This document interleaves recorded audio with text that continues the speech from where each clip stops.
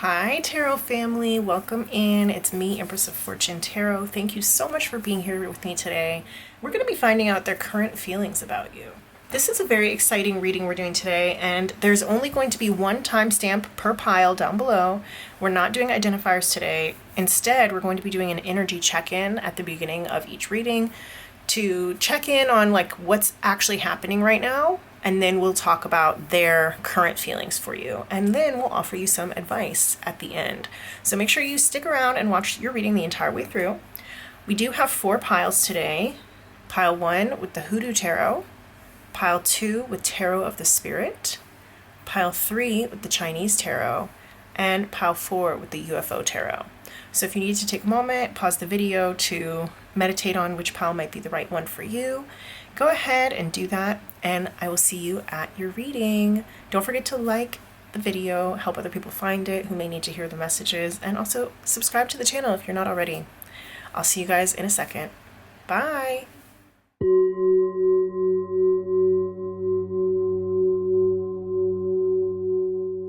Hello, my pile 1 babies. If it's the Hoodoo Tarot that you have chosen, then you are here in the correct spot. You're here in the right place. And we're going to find out their current feelings about you. But first, as I mentioned in the intro, we're actually going to get the energy check-in. So the tarot will come later. I'm going to go ahead and put that off to the side. And we're going to do some pile preparation to find out who this reading is actually about, right? So we're going to do a person A, person B format.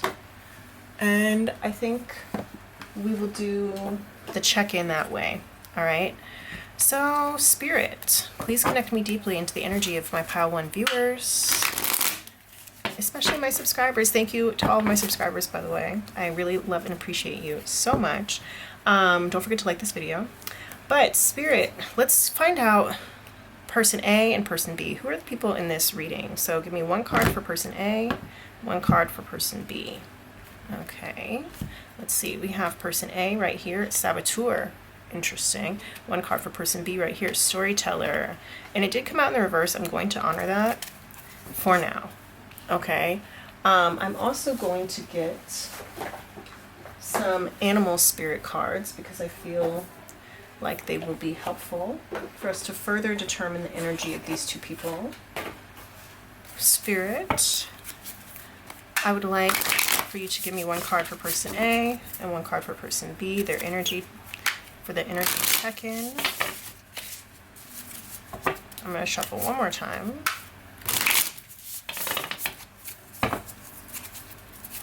Alright, one card for person A, one card for person B. Do you guys like watching people shuffle? I would like to know that, actually. And then, oh, well, that's very interesting. Both of the person A came out upright. Both of the person B cards came out in the reverse. Herm. Okay. We're going to get now some connecting energy with 2 different decks. We're going to get the messages from the Mermaids deck that will give us some connecting energy. Okay. Spirit, connect me into the energy of pile 1 and the person that they're asking about. What is currently happening between them? What is like the current vibes of what's happening in this relationship between person A and person B? Okay, we have Free Spirit. And then to finish this off, we're going to get this Archetypes deck from the Wild Unknown. Spirit, what is currently happening between person A and person B in pile 1? What is the energy of what's happening in the relationship right now? We have the 1. Okay, is there more? There is more. We have the Cave. Interesting. And I kind of feel like that's it. All right. So let me go ahead and arrange these. And as far as the person A, person B format goes, you may recognize yourself in either person A or person B. You're going to identify more strongly with one version of them, okay? Or one of the people, I guess. But if you see yourself mirrored or represented in both piles, it could be that there's some mirroring going on in this connection, okay? I apologize if you guys can hear the birds outside. My window's open just because it's such a beautiful day. So I wanted to kind of take advantage of that. But okay, so let's talk a little bit about person B first. I'm feeling called to talk about person B first. This person may be the type to put themselves first all the time. And that's not necessarily a bad thing. I think it's a situation where this person could be pretty selfish, or it could be that they are in a period of reparenting, okay? And in that case, they may have to be a little bit more selfish at this time because they're really trying to figure out like who they are, what they want in this life, and it could come at the expense of other people. That is what I'm getting here for person B. With Storyteller, it says, this person in their light attribute has the ability to experience and express life through stories and symbols. But in their shadow attribute, which is what came up, we have making up tales that harm others, okay? And I am going to put this now in the upright, but we are going to really heavily look into that shadow attribute. I think this person is trying to overcome a lot of aspects of their shadow self. They might be doing more shadow work than normal. This person could be somebody who gets angry kind of easily, or scared off pretty easily as well. They might be, they might have a tendency to be skittish and to leave relationships, you know, just kind of like a deer caught in headlights, and then they get stuck or they run away immediately, right? Fight or flight is coming through very strongly here. The elk is supposed to be bringing through like fatherhood kind of energy. So for some of you guys, this person could be a single parent, and they may really be leaning into their more like masculine energy and trying to take care of themselves. And again, going with the idea of reparenting, like this person I think is in a bit of survival mode. And with that being the case, they are not necessarily feeling like it is to their advantage to be fully and completely honest at this stage in their life, whether that is for reasons of protection, for just a way that they found that they can get what they want more easily or faster if they bend the truth or even flat out lie, right? This person is definitely a little bit manipulative. And when I say manipulative, people tend to take that in a wrong way. And it can definitely have a negative connotation, but I think it's more like this person just is willing to do what they think it takes in order to get the end result that they want. And that's not always a bad thing, right? This is like a type of creativity in a way, right? When you have a vision in your mind of how you want something to go, and then you put those thoughts into action to create the outcome that you want. That could be the same thing as envisioning a painting or envisioning a sculpture and taking the action that it takes to bring that thing to life. The only thing here is that this Storyteller elk person, they tend to do it, I think, with using responsibilities as a way to avoid other people's feelings. Okay, so like they might always say like, oh, well, I can't be with you right now because I really have to work. Or I can't do this or that because I have responsibilities at home that I have to take care of. And for this person, I'm going to be honest, I don't think person A is ever going to be a priority. I don't think that that's going to happen at this, between these two people. So person A would have to be, or anybody, it's not even person A, I think anybody who's going to be with the Storyteller elk person, person B, is going to have to understand that they're never going to be prioritized in this person's life. And never feels like a very strong word. Maybe like when they're really old, if you guys stay together for that long, right? Maybe then things will change. But at this time and for the foreseeable future, this person B, the Storyteller elk person, is going to be putting themselves first.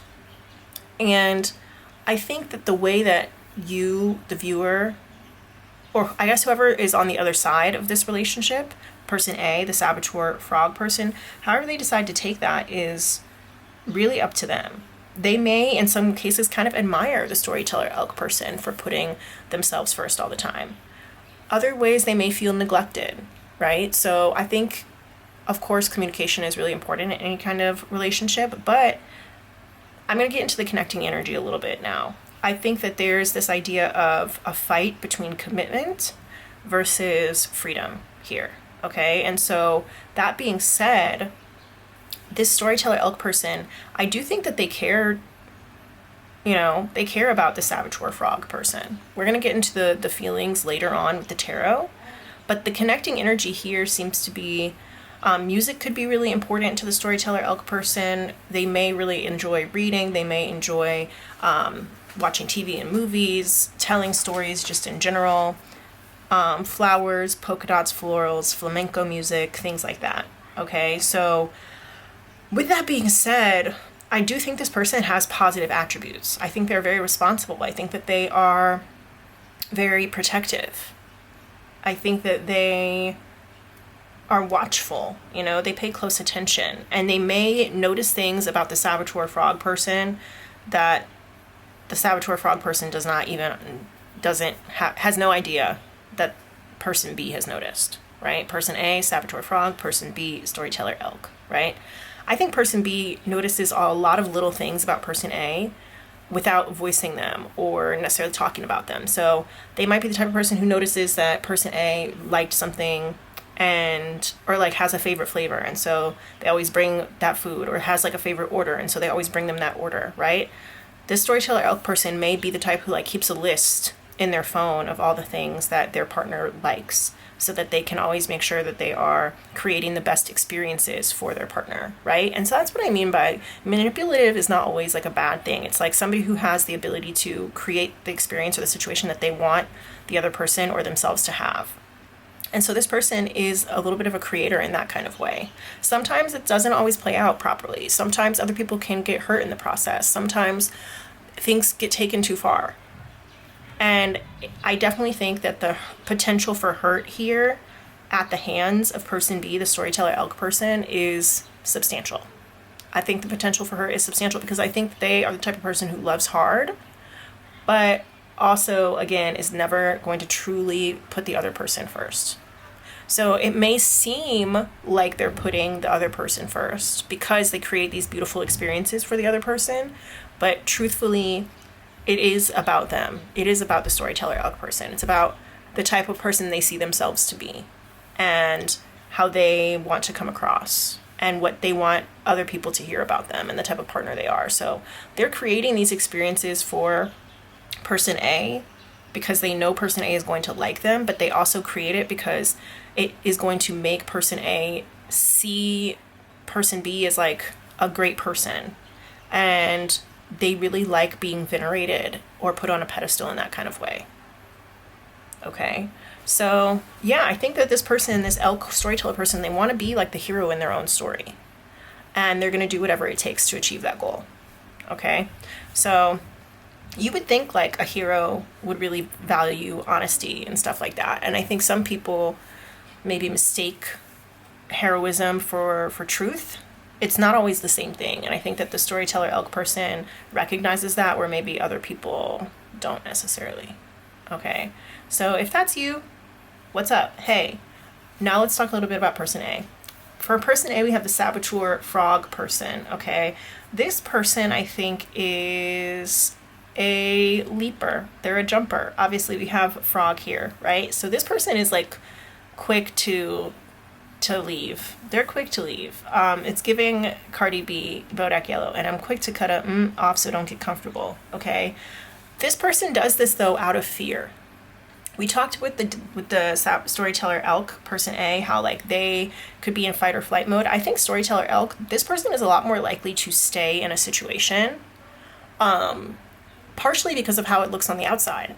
I think that if they get this reputation of, you know, being like a relationship type of person, somebody who sticks it out, or somebody who is always in long relationships, to them, that's like a better reputation than being somebody who jumps from person to person. Okay, so this person B here, the storyteller elk person, is much more likely to stay in a relationship and to want commitment. Okay, so that being said, let's go back to person A, the saboteur frog. This person, person A, they definitely like adventure. Okay, they also, I think, are a little bit more emotional than person B. The frog can talk a lot about people who take in the emotions of others. You know, this is like a water element, this is a water animal, and this is somebody who is really focused on healing and cleansing a lot of the negative things that they have done in the past. And it's not saying that like, oh, person A is a bad person who has like hurt people like is violent or vicious. No, I'm not saying that. Although, of course, that could be true for anybody or anything. But what I am saying is that this person, person A, they have a tendency not only to overwork and undernourish themselves, but they also have a tendency to put too much of themselves into a situation, not recognizing when they're not getting back what it is that they need. They also have a tendency to sabotage things that they're working on, whether this is by leaping from thing to thing, and so they aren't ever staying focused on one thing long enough to really see it through, or they kind of grab hold or stick onto the one fly in the ointment, and they kind of like make that a way bigger deal than it is. It's like making a mountain out of a molehill, right? Inflating the situation. You can see here she's like in a hot air balloon, right? So there's this idea of inflation.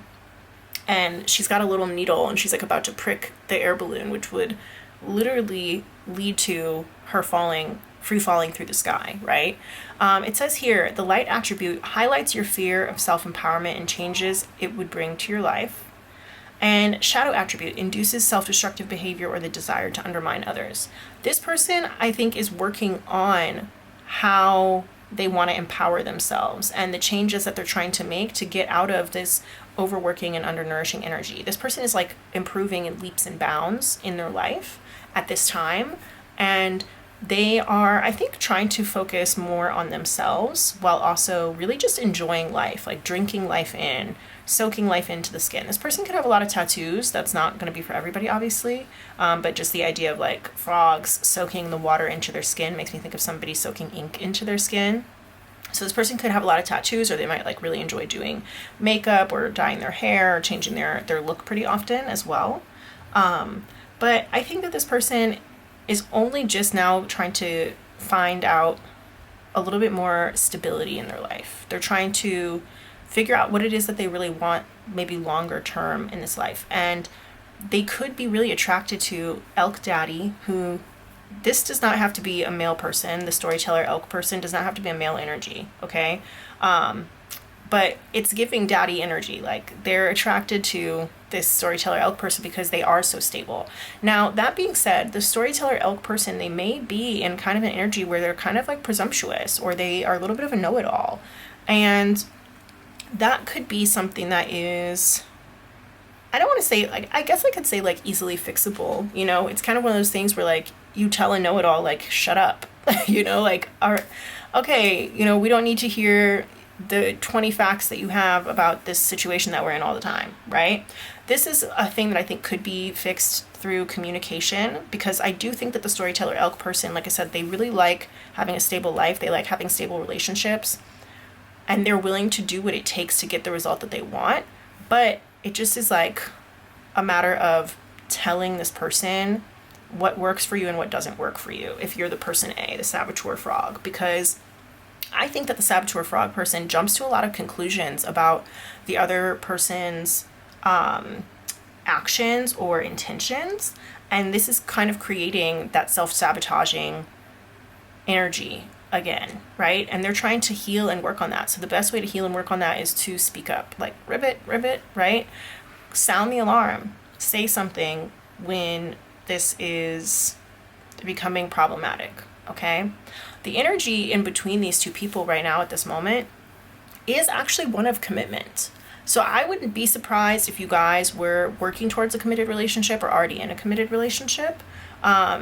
We have here on the cave, like somebody pointing to the ring finger on this hand, and also like the back of the hand where it leads to like the heart line, right? So I do see like a very deep commitment, or at least like the energy of commitment here. However, we also have free spirit. So it kind of seems like things are in a little bit of a, I won't say gridlock, but that did come to mind. Things could be in a little bit of a weird energy right now between you guys, where maybe one person wants to commit, the other person wants to be more free.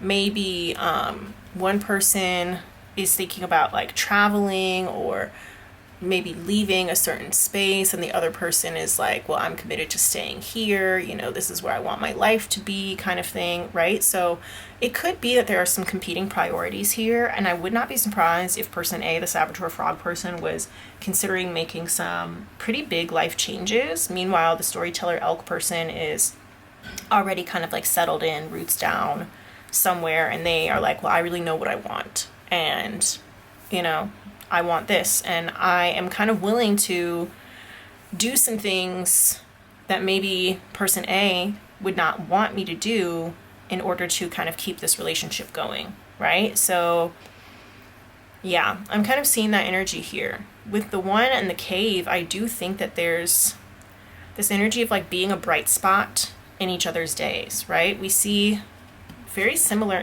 imagery.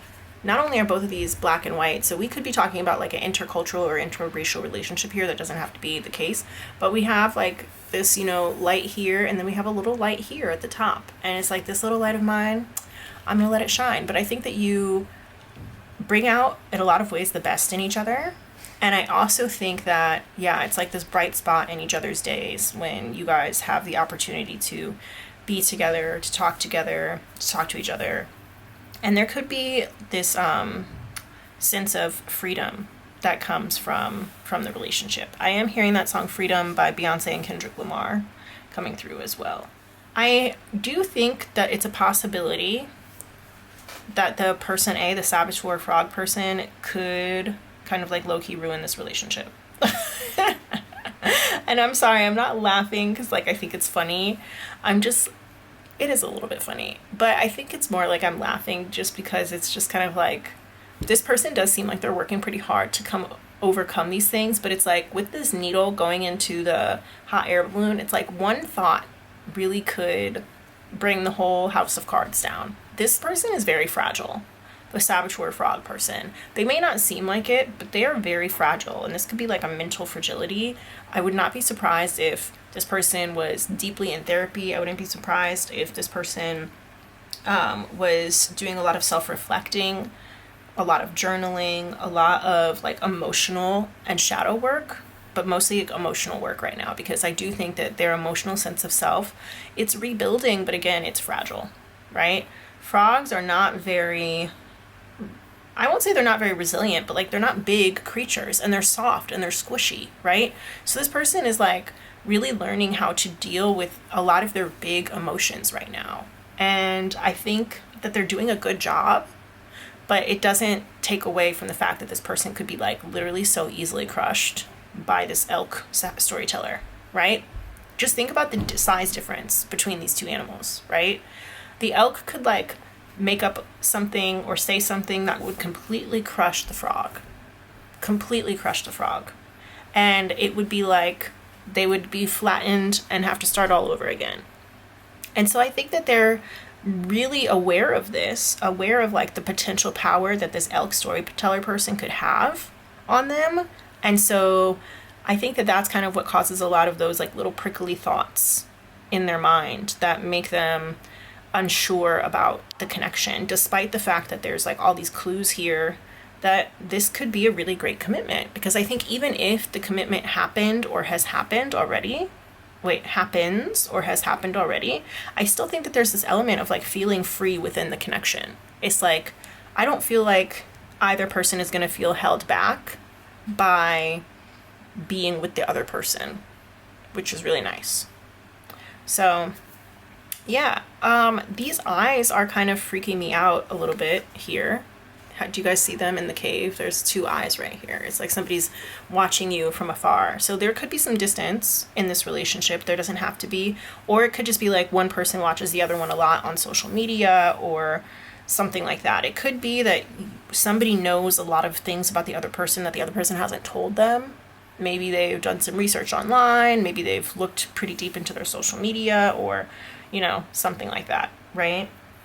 I'm always an advocate of doing background checks on people, so go ahead and get that done if you need to. But I just think it's one of those things where somebody knows a lot more or has been watching for a lot longer, maybe paying attention to the other person for a lot longer than they've acknowledged out loud. Okay. I'm not entirely sure if like the cave energy is going here and the one energy is going here, but I think it's together. I think it's together. But I do think that somebody could be really into the song like Mr. Brightside or really like the Killers. That is a possibility. The band. That might be like a little identifier for some of you. But I also feel like somebody could also, the storyteller elk person, I would not be surprised if they were very into like history or philosophy or kind of like the higher social sciences, right? Would not be surprised about that at all. I do think that this frog person, they may have like really small feet. Or they might get complimented on their eyes a lot, or they could have really big eyes or something like that. The elk person could be very hairy. They may have a lot of hair, whether that's on their body or on their face. Yeah.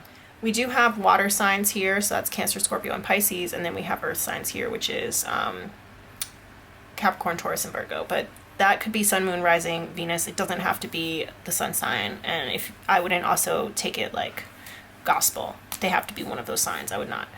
Important numbers, we have 30 and 32. Okay, interesting. All right, let's go ahead and clear the table. It's time for us to get out the cards, find out how this person currently feels about you. So whether you are person A or person B, it doesn't matter. This is going to be how the person on your mind is feeling about you, okay? Spirit, let's tap into the energy.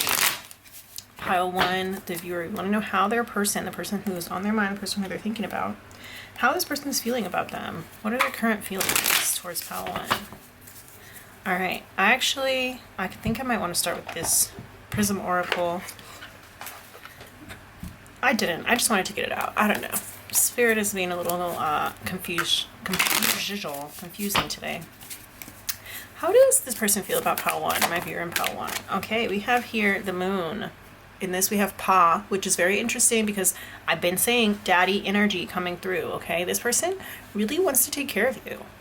This person really wants to take care of you. They may have some secrets, okay? There may be some things that they want to tell you. There's some things that they haven't told you yet. I'm not taking reversals right now as part of my practice. I feel like it's helping me. So this person, they're willing to be patient. They're willing to wait, but they do have something that they want to say to you.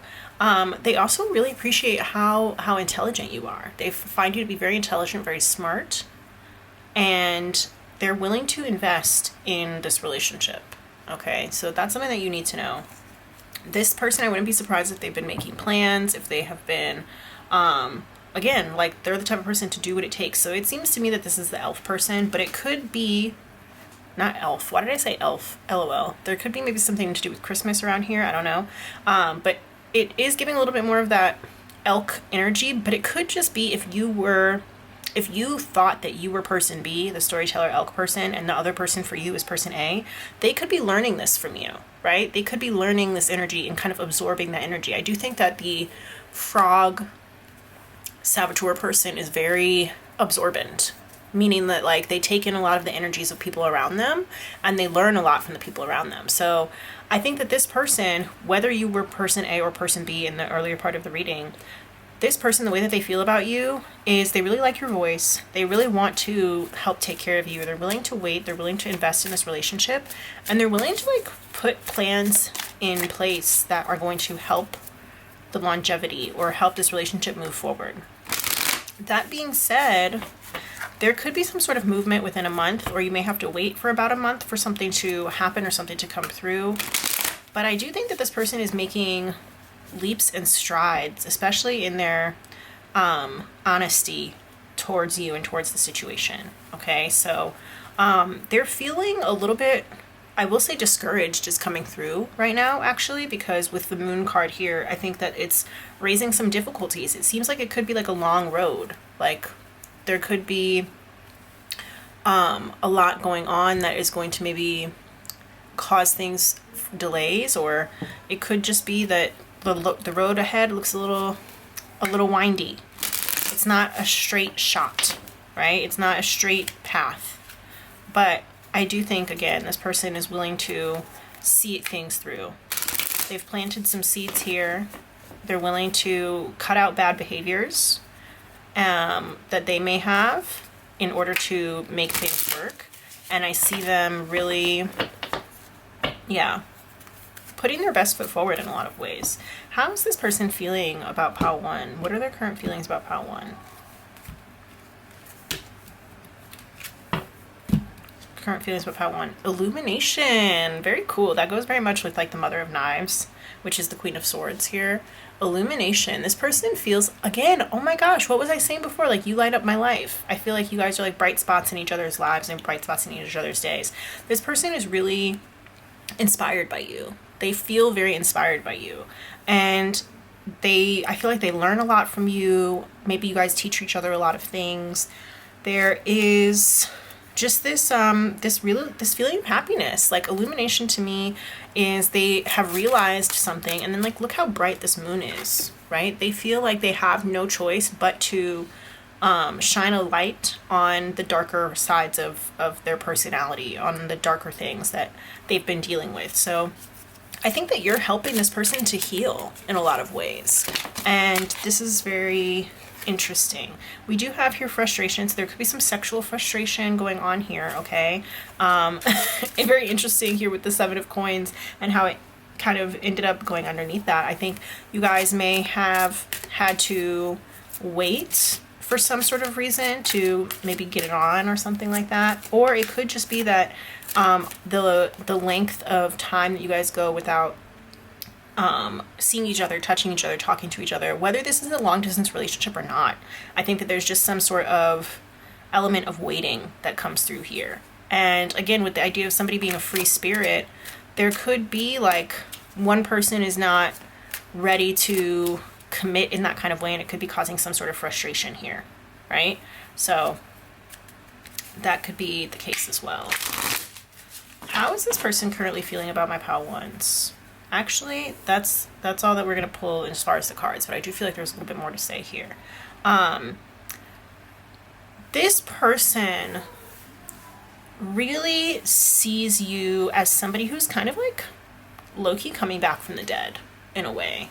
I think that they saw you in a space before where things were not going well for you, things were not going your way. It doesn't really matter how long you've known this person. You may have known them for a long time, you may not have known them for a long time at all. But I think that when they encountered you at some point, things were going a little rough for you with the moon here. And they really want you to be more gentle with yourself, so they're trying to treat you gently. They're trying to treat you gently and be patient with you, despite the frustration that they may have. And they're trying to really keep their mind clear, keep their thoughts clear. Some of them are trying to keep their thoughts pure, okay? They might be having like a lot of dirty thoughts, but they're trying to kind of hold it back because they really want this connection between you guys to be something that is, I don't want to say the word pure because that's not really it. I don't think they mind getting down and dirty. We do have like a pig here in the background of this card right here. But I think that it's more just kind of like they want this connection to be something that lasts, and they want this connection to be a point of happiness for both of you.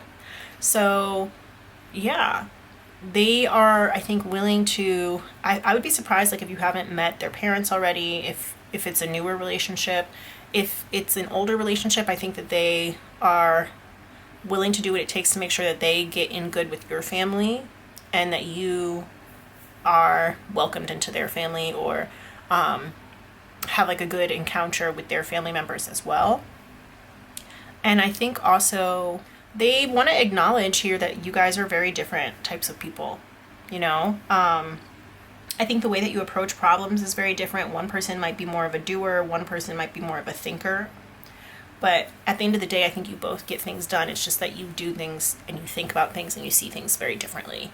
This could cause a point of frustration as well for both of you. But I think that it is one of those things that brings a lot of, it's like you guys illuminate each other's pathways. Like the Mother of Knives, the Queen of Swords here, she may have thought that there was only one way to get things done. And the Father of Six, or the King of Wands here, he may have thought that there was only one other different way of getting things done. And you guys are really highlighting for each other the different possibilities that there are in this life of how to achieve your end goal. And I think that it's like whether this end goal is together or not, there's just a lot of like mutual learning that is going on here.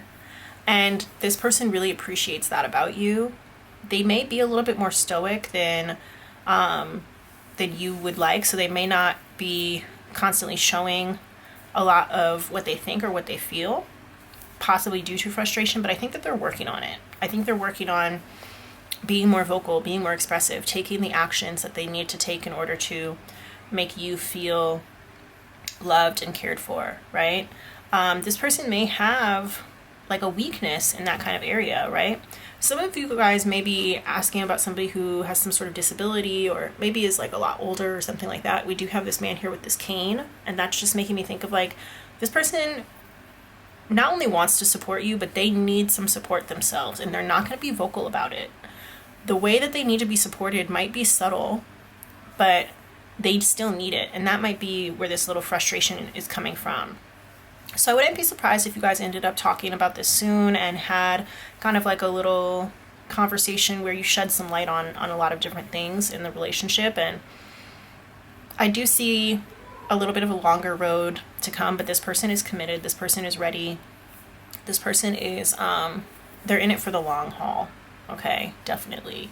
And for some of you guys, this person could be going through like a little period of sadness in some kind of way, and I don't think it necessarily has something to do with you. It could have something to do with like their own daddy issues, their own father issues, whether that is them being a father or issues with their own father, right? Whether this is a man or a woman that you're asking about, or a non-binary person that you're asking about, I think that they could be going through some issues with their concepts of parenthood, right? We talked about reparenting in the beginning, and I think that that is affecting the way that they show up in this connection. So, you know, it's not that they don't like you or even love you. I think that it's more just there's other external factors that are happening right now that are kind of keeping things in a little bit of, gridlock. A gridlock is a word that I wanted to use earlier, and it's definitely coming back out again. But I do see like a very intelligent, very, and in some ways forceful. That again is one of those words that comes across having like a negative connotation, but it doesn't always have to. It could just mean that this person's like a force of nature. This person, again, gets things done, right? Very intelligent type of person who likes to move the needle, likes to get things done, likes to have some sort of progress. And when they feel frustration, they're going to try and shake it off. They're going to try and do something that is going to relieve that frustration, shake that off. And I don't think that that's in a way of like being disloyal to you. I think it's just their way of trying to make some sort of progress in their life and in this connection. So, one, I completely forgot to get you your advice. So we're going to get our Lover's Oracle, and we're going to get some advice for you. Now that we know how your person, the person on your mind, is really currently feeling about you, what is the advice that Spirit has for my viewers in Pile 1? What is the advice for my Pile 1 viewers? Let's see. Go ahead and cut the deck. Okay. You can see we've got this beautiful artwork here on the back. And this says, look inside yourself. Examine what is causing you to feel this way. So you may identify a little bit more with the saboteur frog person. You don't have to. But if that's the case, remember how I said that there's always like a little bit of the prickly thoughts and feelings that are making you maybe like question if the other person is really being honest or truthful or for real, or if you're making the right choice.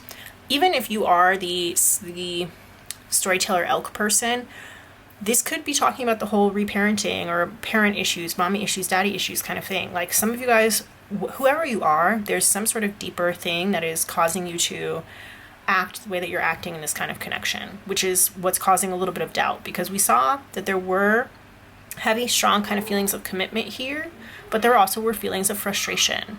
So whatever is causing you to feel this way, whether you're ready to commit or not, or whether you're feeling frustrated or not, you have to really, it's not about the other person, it's about you.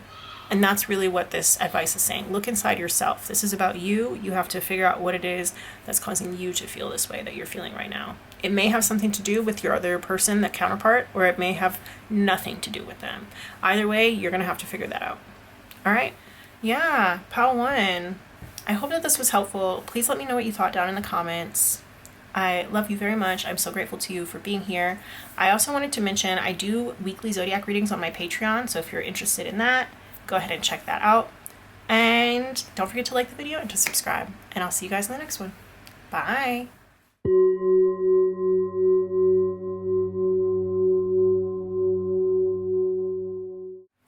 Hello to my wonderful, amazing, fantastic Pile 2s, my Pile 2lians. If you are here and you chose the Tarot of the Spirit, then this is going to be your reading. Oh, I'm so excited. This is going to be fantastic. We're going to do a person A, person B format. And as I mentioned, we're going to get a little bit of insight into like an energy check-in of who these two people are. And then we're going to find out the other person's current feelings about you, the viewer. Okay. So when I do the person A, person B format, you may identify with only one person. You may see traits of yourself in both. I'm going to go ahead and put this off to the side because we're going to start off with some different cards first. But you may see some traits of yourself in both. And if that's the case, it could just be mirroring between you and this other person. Okay. Spirit, please disconnect me completely from the energy of Pile 1. Connect me deeply into the energy of my Pile 2 viewers and the people that they're asking about. Okay. We are going to get some cards. One card for person A and one card for person B. Okay, obviously one of those people should be my viewer. Sometimes I like to just give Spirit very specific instructions. So person A here, we have the Fool. Interesting. Person B here, we have the Networker. I'm going to turn that upright. We'll just remember that it was in the reverse. Okay. Is there anything else, Spirit? No. All right. Now, we're also going to get an animal card to talk about both of these people. Let me go ahead and put these in a more aesthetically pleasing arrangement. All right, Spirit. I would like one card for person A and one card for person B, please. In Pile 2. All right. We have person A here. Cosmic Egg and person B here. Wow, black egg. And look at those colors, the purple and the purple. That's pretty crazy, okay? So yeah, when I spoke about mirroring, I think that we were a little bit on the money there. There's probably going to be a lot of mirroring in this connection since we both got eggs. Maybe you guys eat a lot of eggs. Maybe that's one of the things. Maybe somebody has a snake or really likes reptiles. That could be another thing too. It doesn't have to be, all right?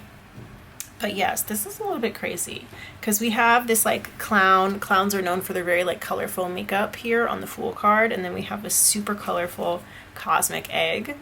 And then we have Networker here. And this card has the purple.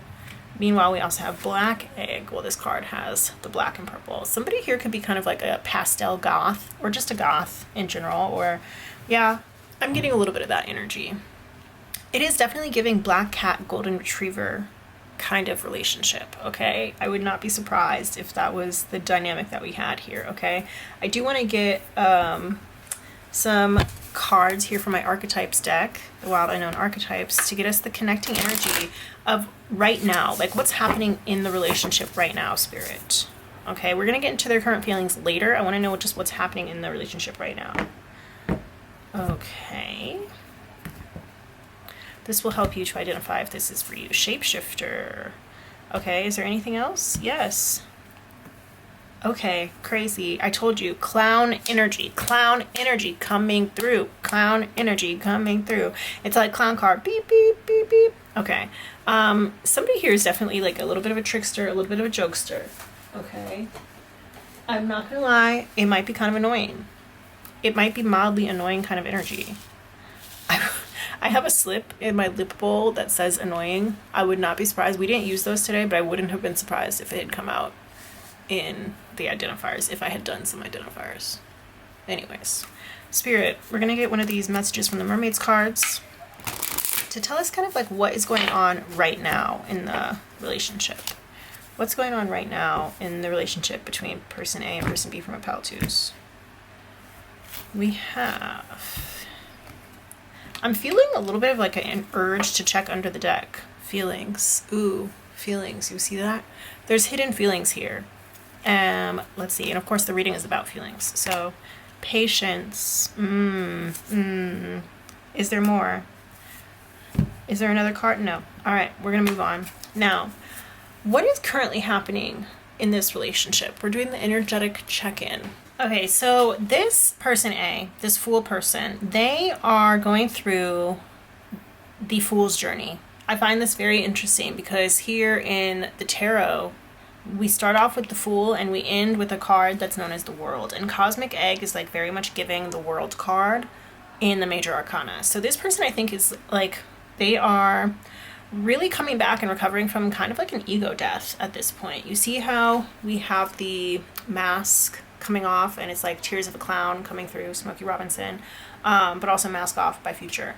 So this is this whole thing of like, this person is coming into cosmic consciousness. This person is understanding the oneness that is with the world. This person, I would not be surprised if they either like recently got into spirituality or are very into spirituality just in general.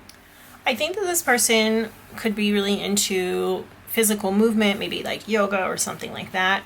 And this person may have a tendency, despite how learned they are, especially in possibly like the spiritual arts or the cosmic arts or esoteric arts or whatever, and that part, again, take what resonates and leave the rest. If this person is not into tarot or if they're not into magic or whatever, they don't have to be. It's just that this person could feel like they elevate from like, or they operate from an elevated state of consciousness. And that could be through yoga or through like a really deep connection to their body. It could be through music or art or something like that. But it's like whatever it is that they're doing, they are doing it in a way that is transcendent or transcendental. Okay, I want to put it that way. This person, despite them operating from this kind of like elevated state of consciousness in their art, I think that they do have a hard time actually expressing themselves and what they want in their personal life. I think that who they portray themselves as, and I'm not going to say pretend to be, because I do think this is a genuine aspect of who they are, but who they portray themselves as to the public is very different than who they are in private. And they may have this mask or this public facing front of being not only like a happy or jovial person, but of being someone who is kind of like got it all together in some kind of way. And I do think this person performs a lot. Like they could literally be a performer, or it could just be that they're masking. This could be a neurodivergent person, this could be a neurodivergent person who has to mask a lot in order to get by in every day-to-day conversations or interactions. Or this could be somebody who is just like really struggling with like a deep kind of depression and nobody would know. I definitely get that this person A, this Fool Cosmic Egg person, is a high achiever. I think that they've achieved a lot of things in their life, but they don't give themselves the credit that they deserve for what it is that they've done. And this person could be struggling with some mental health issues as well. I know that a lot of those things that I said did not sound like the best, and that's not me saying that there's anything wrong with this person. In fact, we do have light attributes here, right? It says, fearlessly revealing emotion, helping people laugh at absurdity and hypocrisy. Shadow attributes, using humor to wound rather than liberate, denial of your emotional truth.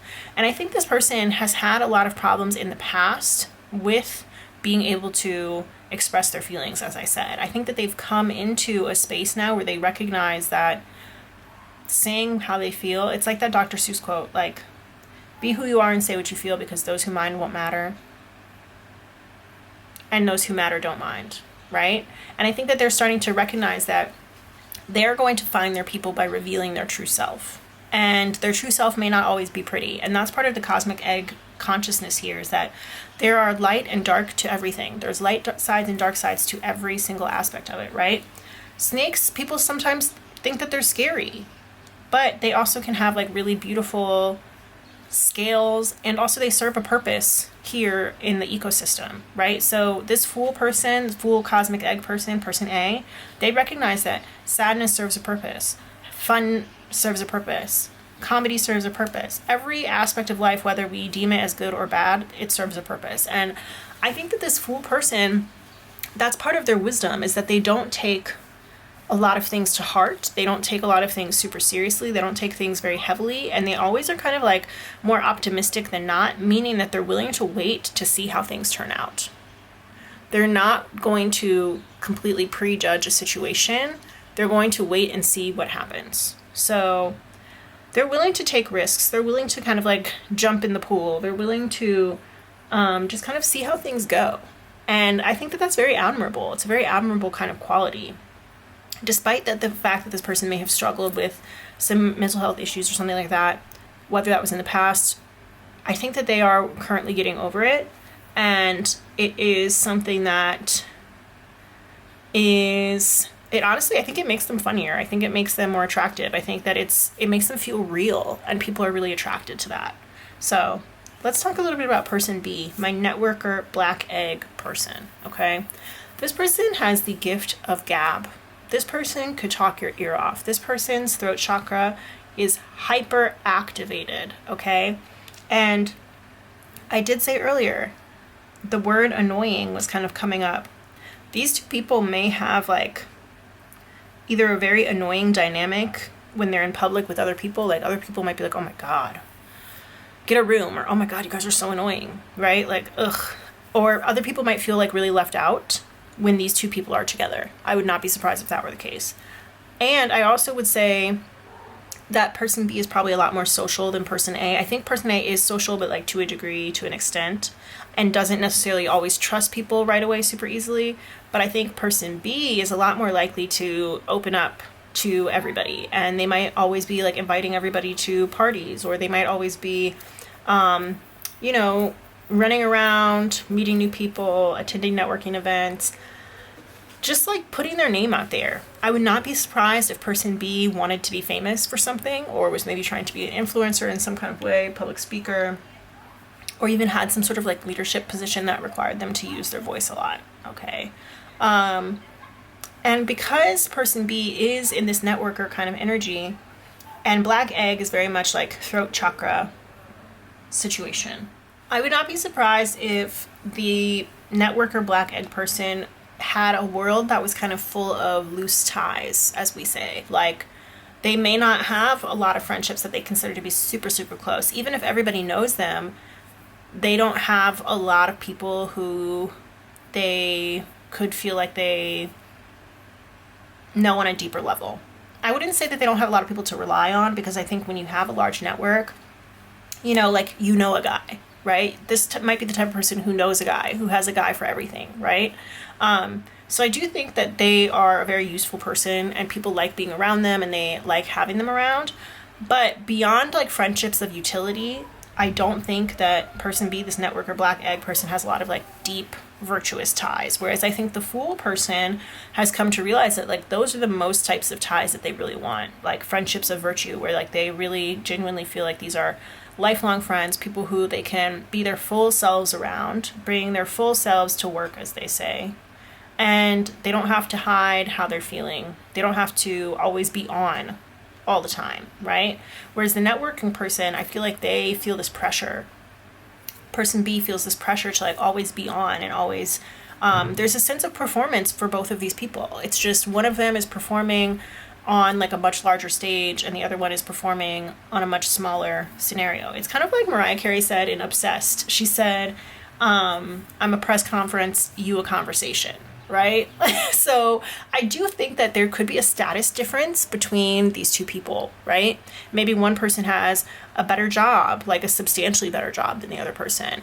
Maybe one person has substantially more money, or just like a much more active social life than the other person. But I think that there's like a status difference either in class, popularity, or some sort of way that like significantly impacts the quality of life of these two people. Okay, so that being said, I would not be surprised if person B, the networker black egg, were more of like a social climber type of person, or they might be like, starting a business and really trying to get their business to pop off. And so they're like constantly running around trying to get people informed about what they're doing. Whereas I think the fool cosmic egg person is not in that energy at all. I think they also just have very different approaches to how they deal with people and how they deal with things. Here in the middle, the connecting energy, this is very interesting to me, because in the past, I feel like these have always really represented like very specific types of people or even specific people. And I think that this energy here kind of feels like wrong person, wrong time. Okay. Patience being the connecting card here. This could be a type of situation where it's a Mr. or Mrs. right now. And it's not expected that this is going to go much further beyond, again, this idea of like a friendship of utility, right? It's not like we are using each other and that's all that this is, because there could be, you know, genuine affection for the other person, but it's more like once the time that we're here together runs its course, then like it's done and it's over with, and we may never see each other again, right? So I'm kind of getting that there is, I think, a true depth to this relationship, because in both of these, it's almost, there's like this idea of this layering, right? And yes, these are made with collage, so like that makes a lot of sense. But we have, again, it's like these sad eyes here behind this cat face. Very similar energy here to the Fool. But then we also have these like blacked out eyes, again, behind a cat face, right? This is a tiger. It's a picture, it's a big cat. And again, small cat, house cat versus big cat. I'm a press conference, you a conversation. There is an inherent difference here in the way that these two people operate in the world that is going to just naturally tear them apart. And I think you guys could be in that space right now where this could be a no contact situation for many of you. And if you are in contact with this person, I think that you're realizing or you're seeing that it's like you occupy different worlds. This might be like opposite sides of the tracks energy. It doesn't have to be that serious. It could just be that like one person has like a really established social group and the other person is maybe trying to break in or get in there, and it is a lot more difficult than they thought it was, than they thought it would be. And there's this idea or this challenge of, am I going to change myself? And I think this is probably the Fool person, the Fool cosmic egg person A, who's trying to decide, am I going to change myself to fit in with networker black egg person B and their friend group? Am I going to be willing to do that? Because if I want this person, I'm going to have to get along with the people that they know and the people that they like.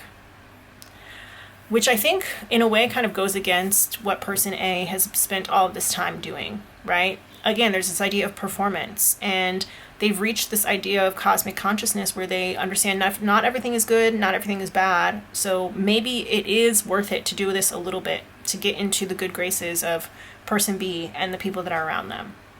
Maybe I'll put on my funny face. Maybe I will change myself a little bit. Maybe it will benefit me a little bit later down the line, or perhaps maybe it won't. And so I think that there's a little bit of this question of, do I do this and then also wait and see what happens, and if this connection is worth it, and if I am getting what I want out of this scenario. I think both people in this connection are playing it cool, and I was gonna say pretty cool, but I think the honest truth is that neither of the people in this connection are actually that cool. And I mean like socially.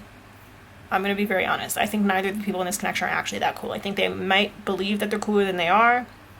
But the Fool person A, I think that they've come to terms with the fact that they're not cool, and I don't want to say never going to be cool, but this is making me think of Almost Famous, that movie. And Philip Seymour Hoffman plays a tangential character in that movie. He plays like a mentor to the main character.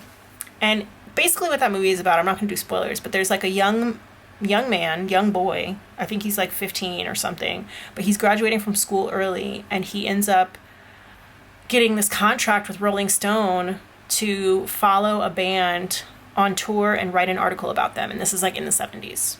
And he has this mentor from a different magazine who is like helping him, you know, as he's on the road with this band. And they have phone calls back and forth. And the mentor is Philip Seymour Hoffman's character. And he says to the 15-year-old boy, like, we're not cool and we're never going to be cool. And like, that's part of the importance of our job as music critics, is like, we can recognize and interact with people who think that they're cool, but we see it from like an outsider's perspective because we're not cool, right?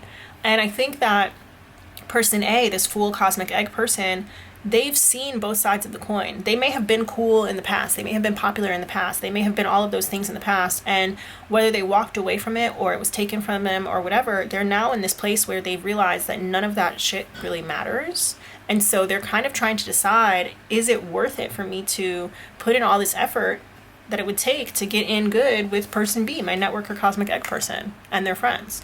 So this is like a pretty specific reading. So if you're into this, please like the video. Don't forget to subscribe. Leave me a comment down below. I'd love to know. But I do think that there is this feeling of like a disparity between these two people. And it's noticeable. It's noticeable. Everybody can tell. Everybody can see it. Just like everybody can see the difference between a tiger and a small orange cat, a small orange house cat. Okay? Everybody can see the difference here. And so there's this idea of, especially if this is a no contact situation where you and this person haven't seen each other or haven't interacted in a very long time, it could be that somebody's playing catch up. It could be that somebody is like putting in the work on themselves or really networking a lot or whatever in order to kind of match up to where they think the other person is or where they think the other person should be. Because even though, let's say that the networker person may have all of the friends and the popularity and everybody knows their name or whatever, they still are lacking the cosmic consciousness that the Fool person has. So there's a disparity on both sides here. I'm not saying that person B is like the prize, because they're not. They're no prize. Person A is probably more of the prize in this situation, let's be honest, because I think like the mentality that person A has is something admirable. And again, they're able to play with their emotions in a way and reveal their emotions in a way that is going to call things out and really bring a lot of things into clarity. So I would not be surprised if one person was trying to, specifically I would say person A, but both, it could be both. Again, mirroring, there's some mirroring here. I would not be surprised if one person was, or both people were trying to change or mold themselves into a space where they thought that the other person would accept them. And maybe they thought, if I give this situation enough time, if I give it enough distance, if I work on myself, or if I do XYZ, then the other person is going to think that I'm cool. The other person is going to want to come towards me. The other person is going to come around. Okay? Both of these people, I think, are genuinely very sad. I think that both of these people are in a place where they don't necessarily... One of them is definitely not going to show it, this networker, black egg person, despite how vocal they are. I think they're the type to just make a joke about it, or just keep it inside and not let anybody know. I think the Fool person, cosmic egg person, is more to let their heart out on their sleeve. But both of these people are dealing with sadness, deep sadness. This could be depression, this could be grief, this could be some sort of like emotional break or something like that. But I think both of these people are dealing with it just in very different ways. I do think that there's this opportunity here for change, and I think both people are looking at that opportunity with a critical eye, trying to decide if they're going to make the change or not. Definitely the Fool cosmic egg person is willing to make the changes necessary to be good with themselves internally. What they're struggling with is, how do I make the changes to like bring other people into this? Because I think this person probably has been alone or isolated for a long time, or they may have been like that in the past and they're kind of trying to reintegrate or figure out how to deal with other people again. Whereas I feel like the networker person lives so much on the surface that they're trying to figure out, how do I feel my feelings without it affecting my social connections? Which, is that even the right question to be asking? Maybe, maybe not. Maybe. Maybe not. Maybe. I don't know. I do think also that these two people laugh a lot together. I think that they have a genuinely fun time. I think that they find a lot of pleasure in each other's company. And I recently was thinking about Telemachian Ethics, which is by Plato. And in it, he talks about these three different types of friendship. There's the friends of utility, which is like, it lasts for a reason. You guys need something from each other. maybe you guys are friends at work and you go eat lunch together a lot, or maybe you guys are, you know, friends of convenience, right? You live in the same building and it's just convenient that you're friends. So it's like utility, right? Then there's friends of pleasure. And these are people who like you enjoy hanging out with, but maybe don't have like a super deep, serious relationship with. So these could be like your party friends, your drinking friends, people that you go dancing with or whatever, right? Then there's like friendships of virtue. And these are the friends who you can do all of those things above with, but like these are the types of friends that last for a lifetime. They really see you not only at your lowest, but they see you for who you are. And there's shared values and moral codes and ethics and things like that. And most people are lucky if they find even like one friend of virtue. Some people have a handful, some people only have a few. This networker black egg person, again, they mostly have friendships of utility. I think that this Fool cosmic egg person has more, if they have a lot of friends, if they have any friends, it's more that they're looking for friendships of virtue. And I think the connection between these two people is one of a friendship of pleasure. I think that these people really enjoy being around each other. I think that they make each other laugh, but they haven't been able to get to that deeper connection of the friendship of virtue yet. And it could be that with time it comes. It could be that that's the case. But I do think that there has been some sort of hurt and pain that happened in this connection. I wouldn't be surprised if, again, no contact, or if you guys were just in a period right now where things are going a little weird. Things are a little bit strange because somebody or both people are not saying how they really feel. I think that the networker person could have run away. Maybe the Fool cosmic egg person made their feelings known because, again, they're not afraid to talk about how they feel. And I think that person B, the networker black egg, clammed up and decided this is getting too deep for me. Let me book it out of here. So, sorry you guys, my camera died. But the idea here, I think, is that there's a level of depth that wants to come out in this relationship, and it could be something that just takes time. And when these two people are able to come forward and meet in the middle about what it is that they're really feeling towards each other, then that could be what leads it into that friendship of virtue. But right now it seems like we're kind of stuck in a space. I think that the Fool cosmic egg person is a lot farther along on this journey than the networker black egg person is. And so if you're going to wait, you might be waiting a long time. What is that? Where they say, like, don't hold your breath. I would say that. Don't hold your breath. All right, let's go ahead and get into how this person really feels about you. So you, the viewer,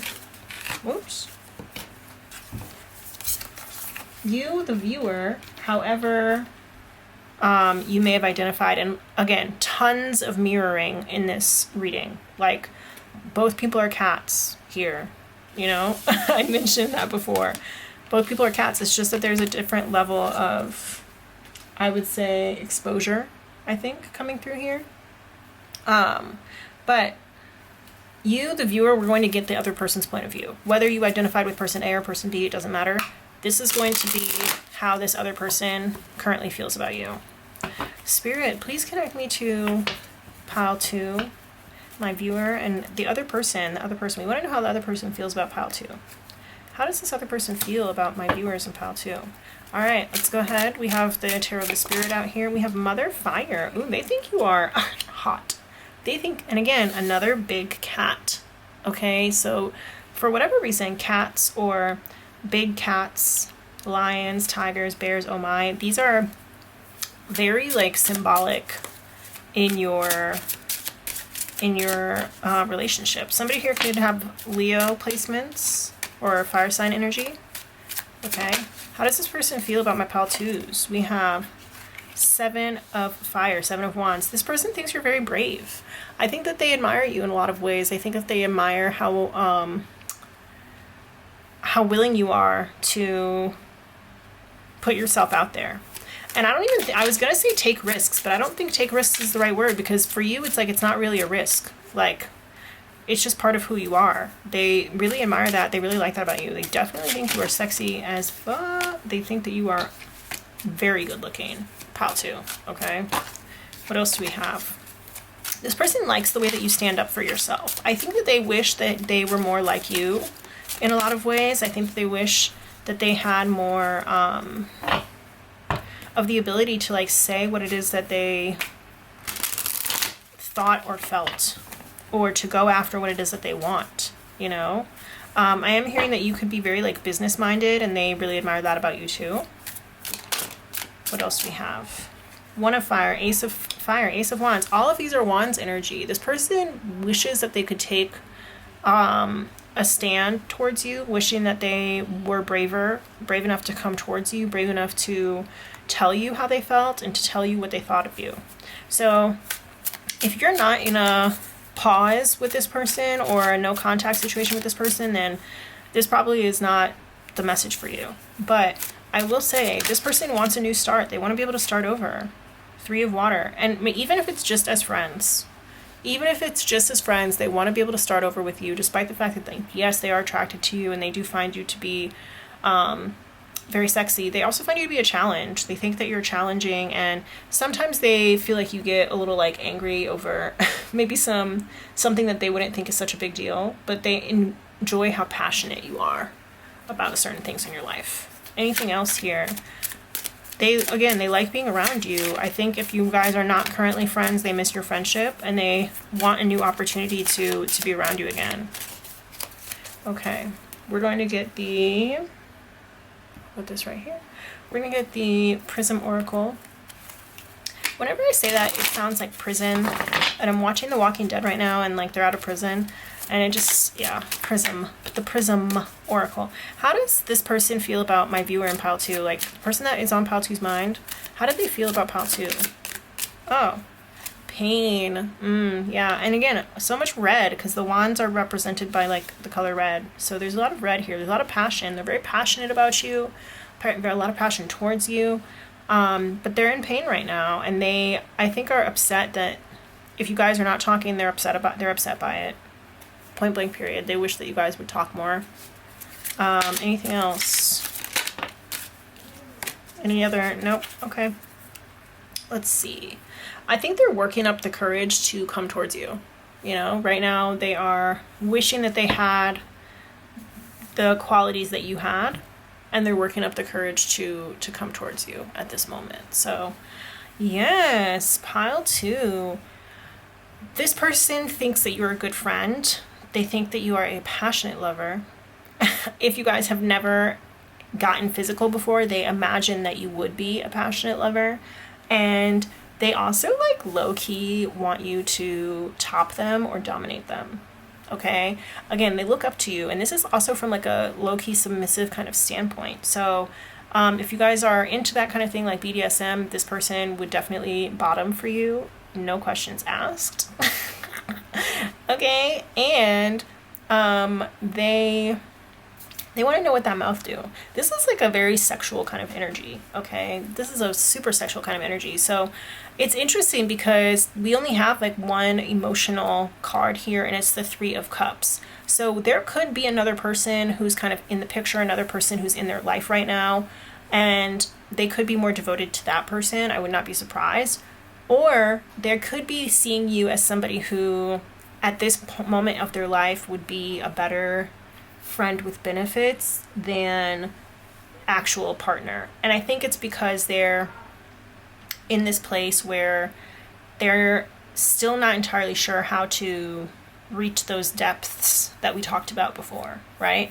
There's this idea of wanting to get to a deeper level emotionally, and I think this person is like emotionally unavailable to you.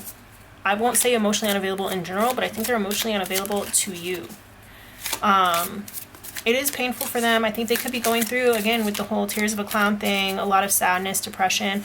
This person could be going through a lot of internal pain, and it is just reflecting on the relationship that you guys have. So I wouldn't take it personally, Pile 2, honestly. I don't think it really has anything to do with you, because you guys are kind of like two sides of the same coin. I think you may have been where this person is in the past, and so I think there's a level of like understanding here that you may have, but they really admire how like you're able to fight for what you want and to take action, and they kind of almost low-key like want to beat you. They kind of want to beat you, and it causes them some pain that they're not on your level. They're not in the same space as you. They're not even in the same universe as you. And I would say that there could be a little bit of jealousy here as well. There could be a little bit of jealousy here as well. If you are still friends with this person and you are still in contact with them, I would not be surprised if they sometimes made like slick disses or comments here and there. Maybe not to your face, but to other people. Maybe to your face, right? Could be disguised as jokes. They're not jokes. Could be disguised as jokes, but they're not. This person wants to be caring towards you. They want to give you more friendly and comforting kind of communication, and they wish that they could comfort you, but I think that they just maybe are going through so much in their own personal life that they don't know how. Okay? Yeah. And going back again to the idea of like a group of friends, I think this person like wants to try again. If maybe things didn't work out in the past, they might want to try again and like bring you around their friends, or see if you fit in, or see if things have changed or whatever. I think this person, their friends are like, or whoever it is that they're with in their day-to-day life, it's like a big part of who they are. And so whoever they're with needs to really fit in there. And if that's not the case, then it's like, it's painful that it's not going to work out. But this person is not willing to give up their social life or their ideal imagined social life for anybody, for you especially, low-key. All right? If this is the type of person who really doesn't have a lot of friends, then they have a high standard of what friendship should look like, and they're not willing to lower their standards for you. Okay? So, yeah. How to. Let's go ahead and get you some advice. But I do really want to reiterate, like, this person thinks you are very hot. Like, it's not that because they're not attracted to you. They are super attracted to you. You need to know that. They're very attracted to you. It's just like the feelings, the deeper feelings are just not, I don't know if they're not capable of it or they're not there for you. I know they're not there. Is it because this person has trouble with that with everyone? Possibly. Oops. We got a lot of boobies on here. Again. Alright. This person is really into, especially your chest. They're really into your chest, Palsu. Okay? Your chest, your hair, your face. They just think you're attractive. Okay? The shape of your body. We have here freedom. There's nothing stopping you. The path is clear if you want it to be. So this is your advice. If you really want either to move away from this person or to move towards them, you have the ability to reopen the lines of communication or shut them down. The power, like the ball, I think is really in your court in this scenario, because I think this other person would welcome you back. They might have questions about it. They might, you know, some things might need to be discussed. They might have questions about it. But I think that they would be, you know, welcoming. So it's really up to you. Is there more? I'm going to get this other one too as well. We have here surrender. At times we must surrender the old before something new can enter our lives. Let go and all will work out. This is interesting because this is like war, like the language of war. Freedom, surrender, right? You and this person, again, would not be surprised if you were fighting a lot in the past. Trust. Transformation occurs through acceptance. Once you accept the current situation, it will automatically transform. So there's some sort of truth that you need to accept, or you need to try and trust this person. Like, part of the reason why one of these people could have run away, like I specifically mentioned, the networker black egg person may have like clammed up and run away when it was time to get deeper. Could be that there was a lack of trust between these two people. And so if you're able to kind of rebuild that trust, or maybe the trust was broken for some of you guys, right? If you're able to rebuild that trust, then I think this other person would be really open to seeing what the future could look like, okay? But right now it seems like there is pain because, yes, they're very deeply attracted to you, but it's almost like I'm hearing, I don't trust you as far as I could throw you. So some weird thing, something happened where the trust was broken between you guys, and so once you accept the current situation, and if you have done this person wrong, then you're going to have to, you know, surrender. You're going to have to surrender and like be like, hey, I know I kind of fucked up. I hope that, you know, we can rebuild, or I hope that you can forgive me. Okay? If they're the one who kind of fucked up, then you need to be honest with them about what it is that you're needing from them in order to rebuild the trust between you guys. All right, so any more advice? I don't think so. I think pile 2, there's potential here, but there's a lot of pain. So, yeah. Don't forget to comment down below. Let me know what you thought. Subscribe to the channel, like the video so other people can find it if they need the message. And also, I do have weekly zodiac readings on Patreon. So the link for that is in the description box. Go check it out if you're interested. Thank you so much for being here. I love you so very much, and I'll see you in the next one. Bye!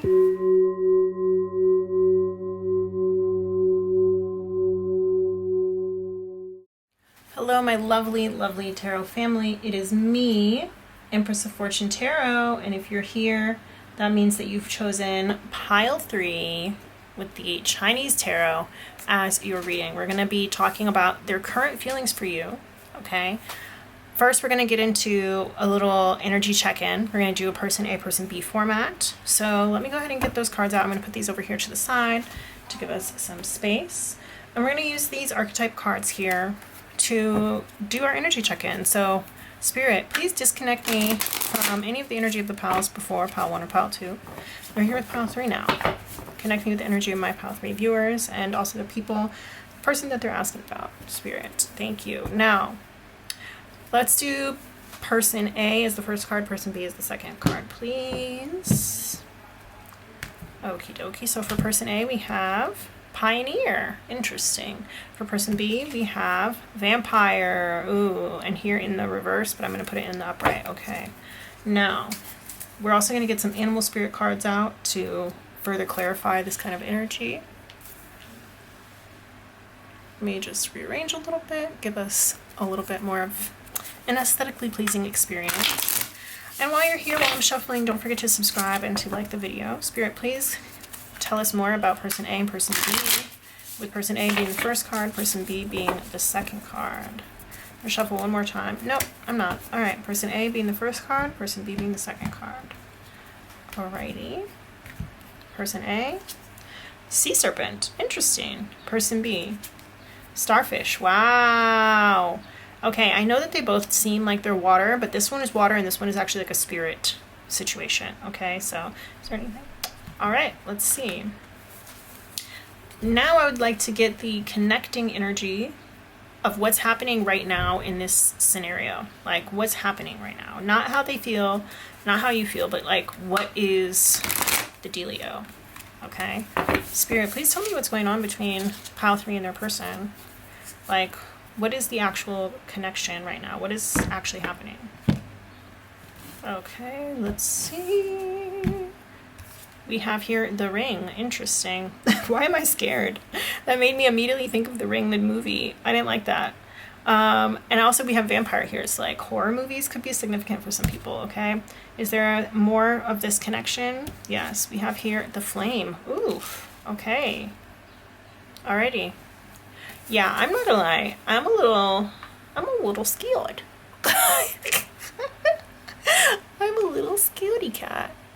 I don't know what's going on here, but I'm not gonna say I don't like it because I'm actually like a really big fan of horror movies. So, you know, can't say I don't like it, but it's weird. There's something strange. There's something afoot. That's what I'll say. There's something afoot. And then we also have this Mermaid Oracle. Spirit, tell me the scenario. What's going on right now between pile 3 and their person? What is the deal right now, like currently? What's happening between them? Okay, we have here Gentleness. That's nice. That's a lot better. That's a lot better energy here. Do I look at the bottom of the deck? Yes, we have Solitude at the bottom of the deck. Okay, so maybe you guys are taking a break, or some of you could be potentially no contact. That is not going to be for everybody. I find it interesting, just preliminary thoughts, that we have a light bulb, a torch, and a flame. Okay, so there's a lot of light being shed on this situation. You guys could have met at nighttime, you could have met in the dark, you could have met around Halloween. Maybe you're watching this around Halloween. I don't know, guys. Okay. This is like a very playful kind of energy. I was not expecting it. The energy is playful AF. That's what I'll say, as fuck. So I want to talk about this pioneer sea serpent person first. You know what, maybe somebody here could be a welder. Okay, somebody here could be somebody who works with their hands or who works with fire, maybe like glass blowing. Somebody here could be somebody who does some sort of like manual craft. Okay, and I'm thinking that it is not necessarily unique. It could be very blue collar. It could also be that this person is like jacked.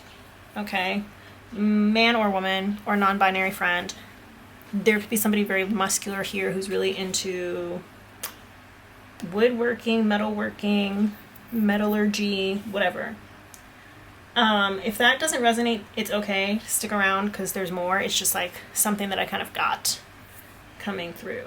Okay, so the pioneer sea serpent person, I think that they are a very healthy match for the vampire starfish person.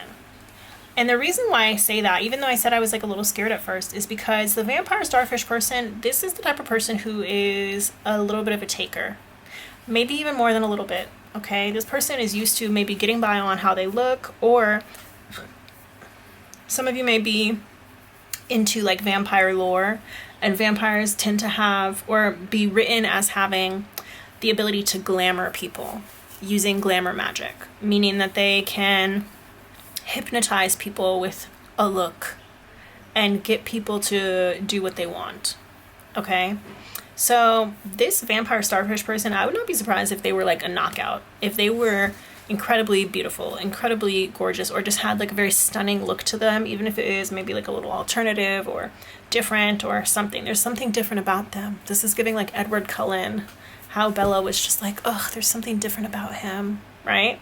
And it's very much giving that, right?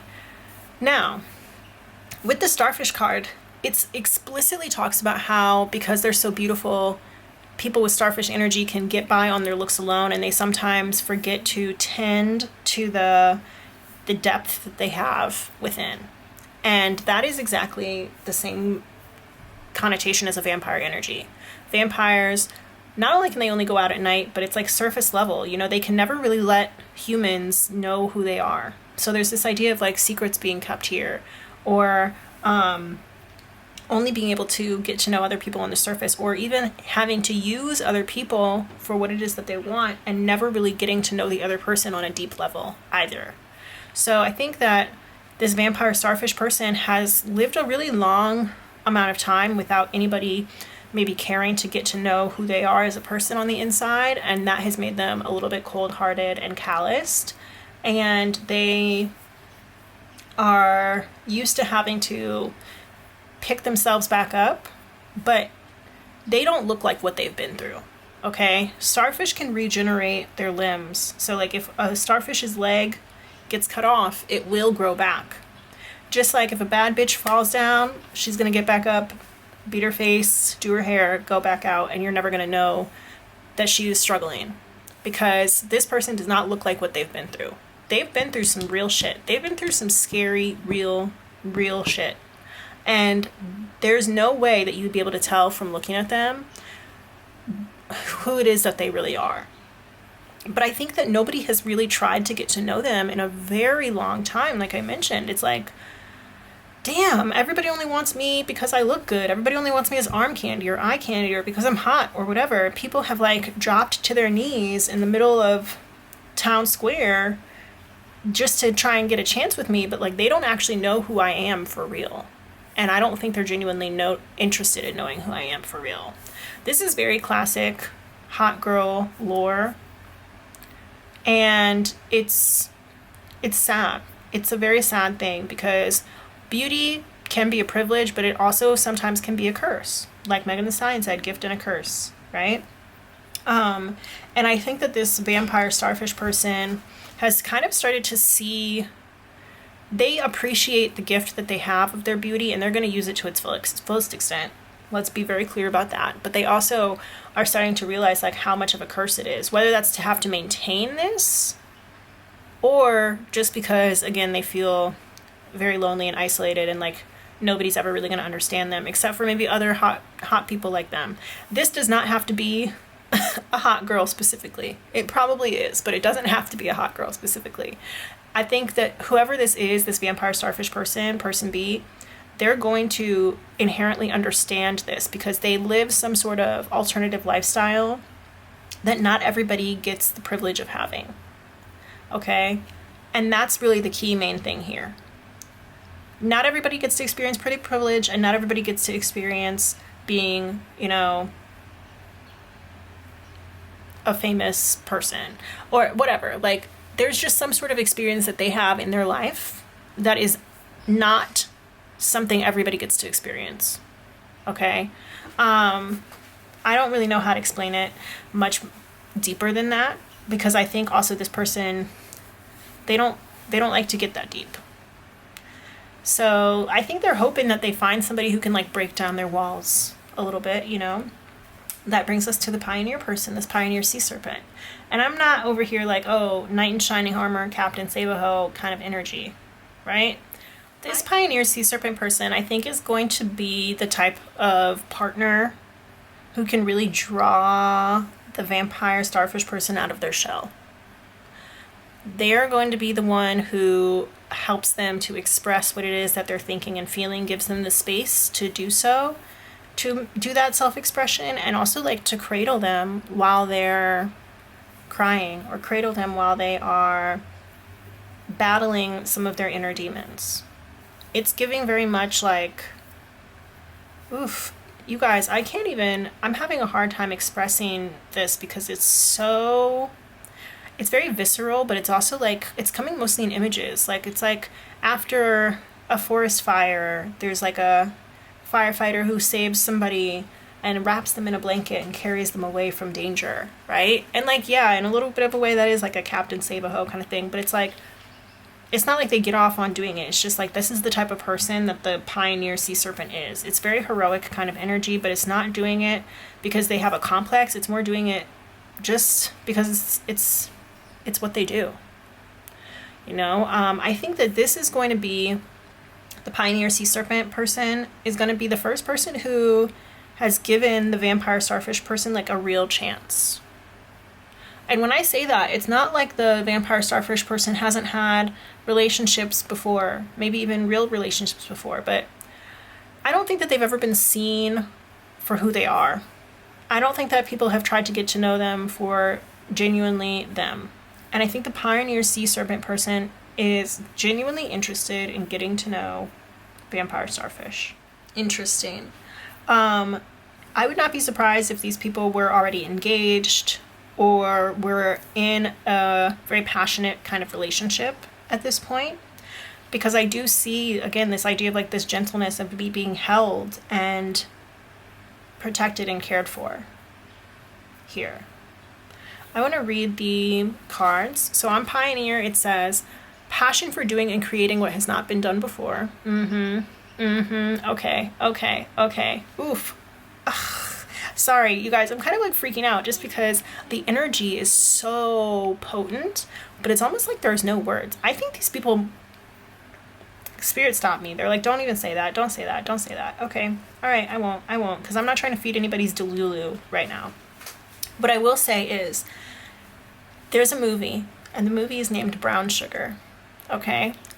If you have not seen it, it is a great movie starring Sanaa Lathan and some white man. I don't remember his name, but I think in the movie his name is Brian. Is he on... He's not on Grey's Anatomy. What's that man's name? Hold on. In the movie, Sanaa Lathan's name is Kenya, and she gets set up by her coworker. She works for like a top accounting firm or something like that. I don't know. She works in finance at like one of the top firms. Oh my God, I'm thinking of the wrong one. It's not Brown Sugar. Oh my God, what movie is that? What movie is that? Hold on. Something New. That's the name of the movie. Something New. Okay. So, I'm sorry, you guys. I'm sorry. This energy is like I said, it's very potent. And it is like kind of contained, but it's making me feel very all over the place. And I told you there's like a lot of playfulness coming through here. So it's like, I wouldn't be surprised. There's like a lot of playful back and forth. Okay, but the movie's called Something New. And Sanaa Lathan, whose character's name is Kenya, is like a finance person, and she gets set up on a blind date with some random guy by one of her coworkers. Sanaa Lathan, if you guys don't know, is a Black American actress, okay? And she is the only Black woman at her firm. And she's been going out on a bunch of dates. They have not amounted to anything. She's really interested in getting married and, you know, moving her life forward in that kind of way. And so she accepts the blind date from this lady at her firm, and the lady who sets her up is white. Kenya goes to meet this guy at the Starbucks in her neighborhood, and she lives in a Black neighborhood. She goes to meet this guy at the Starbucks, and it turns out he's a white man named Brian. And she kind of freaks out because she, I guess, has not dated interracially before. But there's this one scene, they decide, you know, to like maybe get to know each other after a lot of hesitation. She's very standoffish for a very long time. And eventually, I guess, like, they end up seeing each other again, and he is a contractor, and he ends up doing some work on her house, and it's a very cute movie. I would suggest it for sure. But there's this like very sensual part of the movie where he tells her that he studied to be like an architect, or I don't know, something that was not contracting, but he decided to go and have his contracting business because he likes working with what is like hard earth and making something grow there. Okay? And it's kind of this like insinuation that she, because she's very standoffish, not just with him, but with a lot of people in general, because she has this need to like really protect herself, being the only Black woman in her firm who's fought very hard to get where she is. And like, you know, the finance world is a very tough world to be successful in. And so she just has this like kind of hard shell on her, and is, people see her as one thing, but they don't really get to know her, just like I'm talking about the vampire starfish, right? So there's this insinuation when he says that he likes to take hard earth and make things grow there. It's like she's the hard earth, and he's gonna like help her to bloom and come out of her shell. And oh my gosh, when I tell you guys, please watch this movie. If you haven't seen it already, I think you would love it, Pile 3. I'm not gonna lie, it's very, very good. There's a scene where like some toes, and okay, I'm gonna let it go. I cannot believe I'm talking about this on YouTube. That's crazy. Anyways, I really feel like this is like Brian, Pioneer Sea Serpent energy of wanting to take this hard earth and make something grow there. And it's like reinvigorating through this passion and this commitment to really seeing and illuminating, shedding a light on this vampire person. Because with all of this light energy being here of this torch and the flame and the light bulb, it's like they're diametrically opposed, because vampires can't come out in the daytime, right? They live in the dark. And so I think that this person, this pioneer person, Pioneer Sea Serpent, is giving the vampire starfish like a home where they can finally be fully illuminated, and they don't have to like hide in the shadows anymore. They don't have to keep their true self packed all the way down. It's like they're able to finally come and break through that barrier, break through the soil and come out into the sunlight. Okay? Yeah. With the vampire and the sea serpent here, I do think that these people are kind of like kindred spirits. They both have like the, you know, sharp teeth. They both live in, you know, weird conditions. But the sea serpent, this is specifically talking about the sacral chakra. And so yes, there is like some sexual energy. I'm also hearing like sexual magic. You guys could be doing like tantra or something together, potentially. But there's this idea here of home and the womb, and this being the center of creativity. And I think that these two people really inspire love within one another. I think that the vampire person particularly inspires the pioneer sea serpent person, and the vampire starfish person is learning how to open up and how to let that light in and let that inspiration kind of flow through them. I don't think they've gotten there yet, but with time and gentleness that the pioneer sea serpent person is going to provide, I definitely see that happening. And they won't have to feel so guarded anymore. This is really nice. I definitely think that like at the beginning when I was getting kind of like the scary vibes, yeah, the vampire starfish person, like they come off as very, I was going to say like the word entitled came up, which is crazy because that was not at all what I was thinking, but it came up. But I think that they come off as very standoffish and hard to get to know, hard to get close to, hard to approach. I would not be surprised if like the vampire starfish person was like standing there and they're used to people coming up to them all the time because of how they look or whatever, and the pioneer sea serpent person just came right in and was like, hey, what's up? This is also reminding me of the meet cute between two characters in a book that I really liked. I still like it, but it's called This Lullaby by Sarah Dessen. And in that meet cute, the girl is like sitting in her soon-to-be stepdad's car dealership waiting for him to like sign something that they need for the wedding that's happening in a couple of weeks.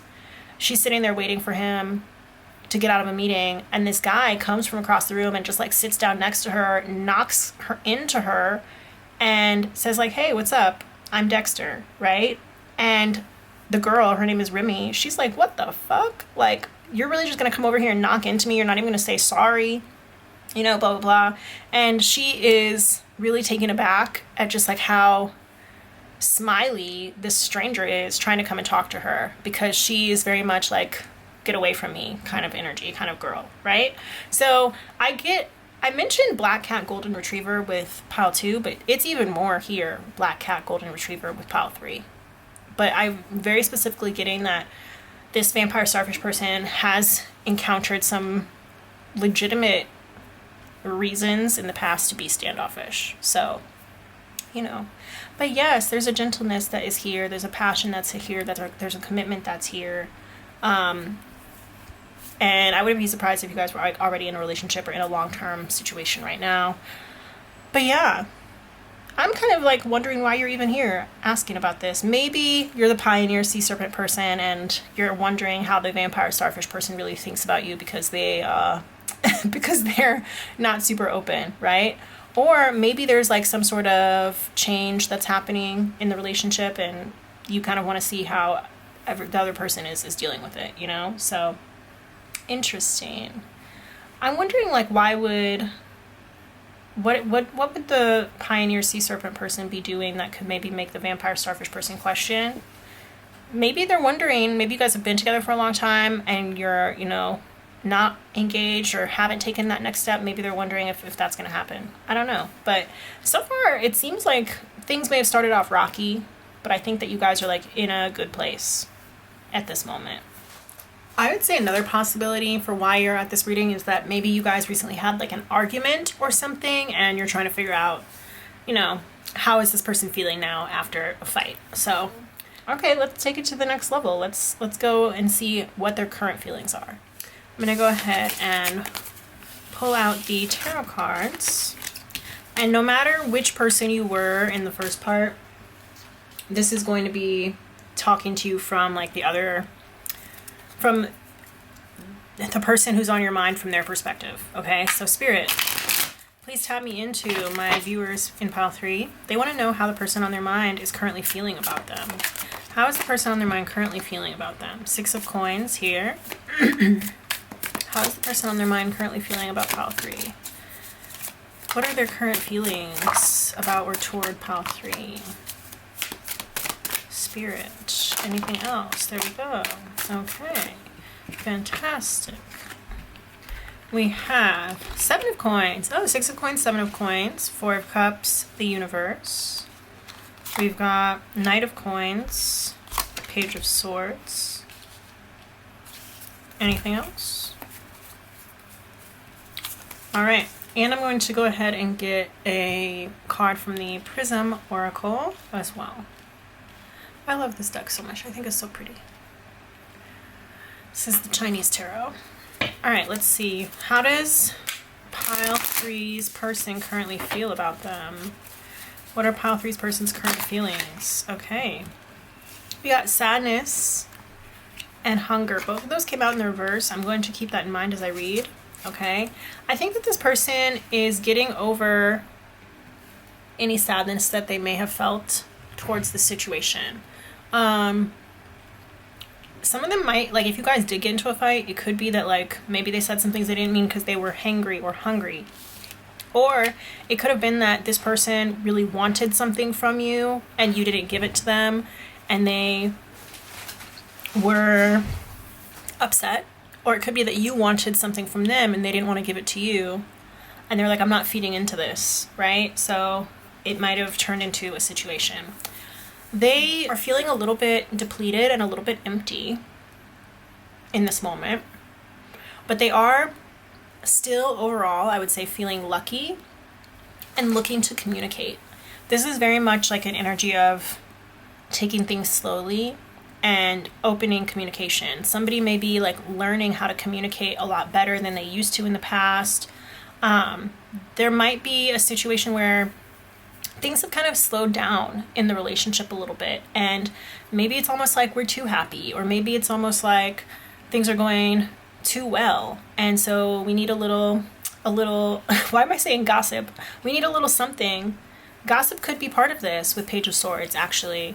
There could be a little something that comes in that kind of like shakes up the vibe in a negative way, right? And maybe that wasn't the intention, maybe it wasn't meant to be in a negative way, but it kind of, I think, took a little bit of a toll on the situation. So somebody took a risk, somebody took a chance, hoping that it would pay off, and I think that probably like word got around. Maybe somebody got called a gold digger, or somebody got called spoiled, or something like that. And I think there could have been just some general name calling in this scenario. And this person does eventually want to come back together, but I think that they need some time. And they would probably also need some sort of like a gift, some sort of token of appreciation. So if you're planning on going back towards this person, don't do it empty-handed, pile 3. And if they're the one who owes you an apology, feel free to let them know that they can't come towards you empty-handed. Either way, they're feeling like a gift needs to be involved, okay? They are hoping to set this right. I think that they are going to come and say something to you. There is just like this question of why does it have to be this way, right? This little sad cloud is like, it's not pathetic. Pathetic is not the right word. It's like, it's cute, but it's sad. And it's like, what's the word that I'm looking for? The word, I think, is like desolate. And so there's this sense of loneliness here. I think this person wants more of you. They want to spend more time with you. And they don't always want that time to have to be something that they pay for. They don't always want that time to be something that they have to maybe schedule in. They want to just like bum around and do nothing and just like be boring with you. And I don't know if you're the type of person who likes that kind of thing or gives them the time of day if there isn't some sort of like offering involved or whatever, right?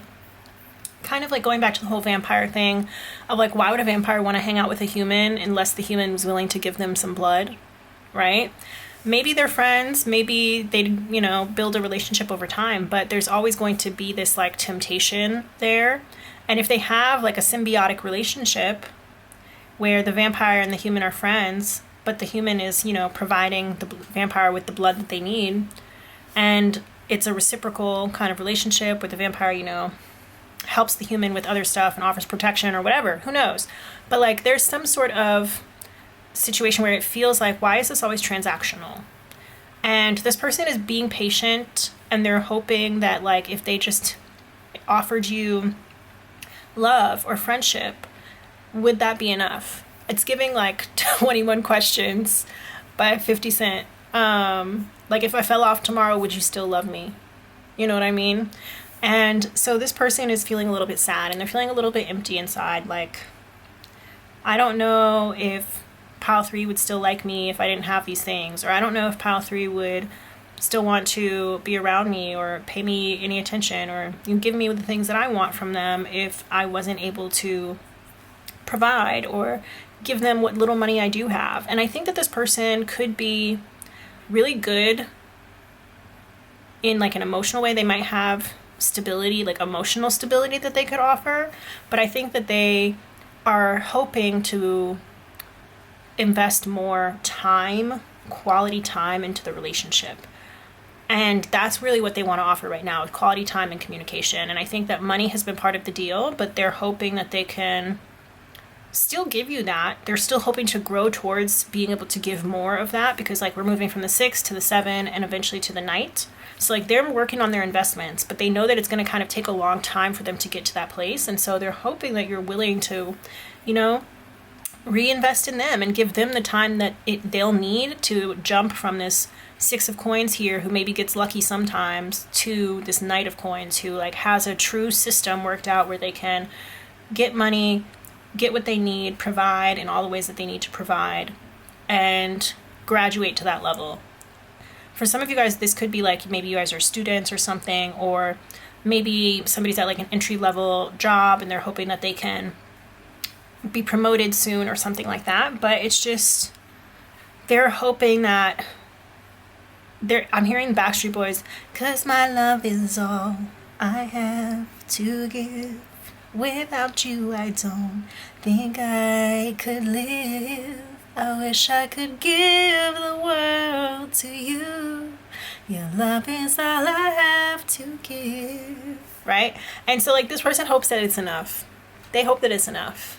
And they're scared that it's not. They're worried that it's not, which I think is why I got like the fear at the beginning of the reading, because this is like falling off a cliff. Like this is very scary. I think this person has like completely fallen for you. We have the universe here. It's like, you're my whole world. And they might be willing to tell you that. They might have already told you that. They might be too scared to tell you that.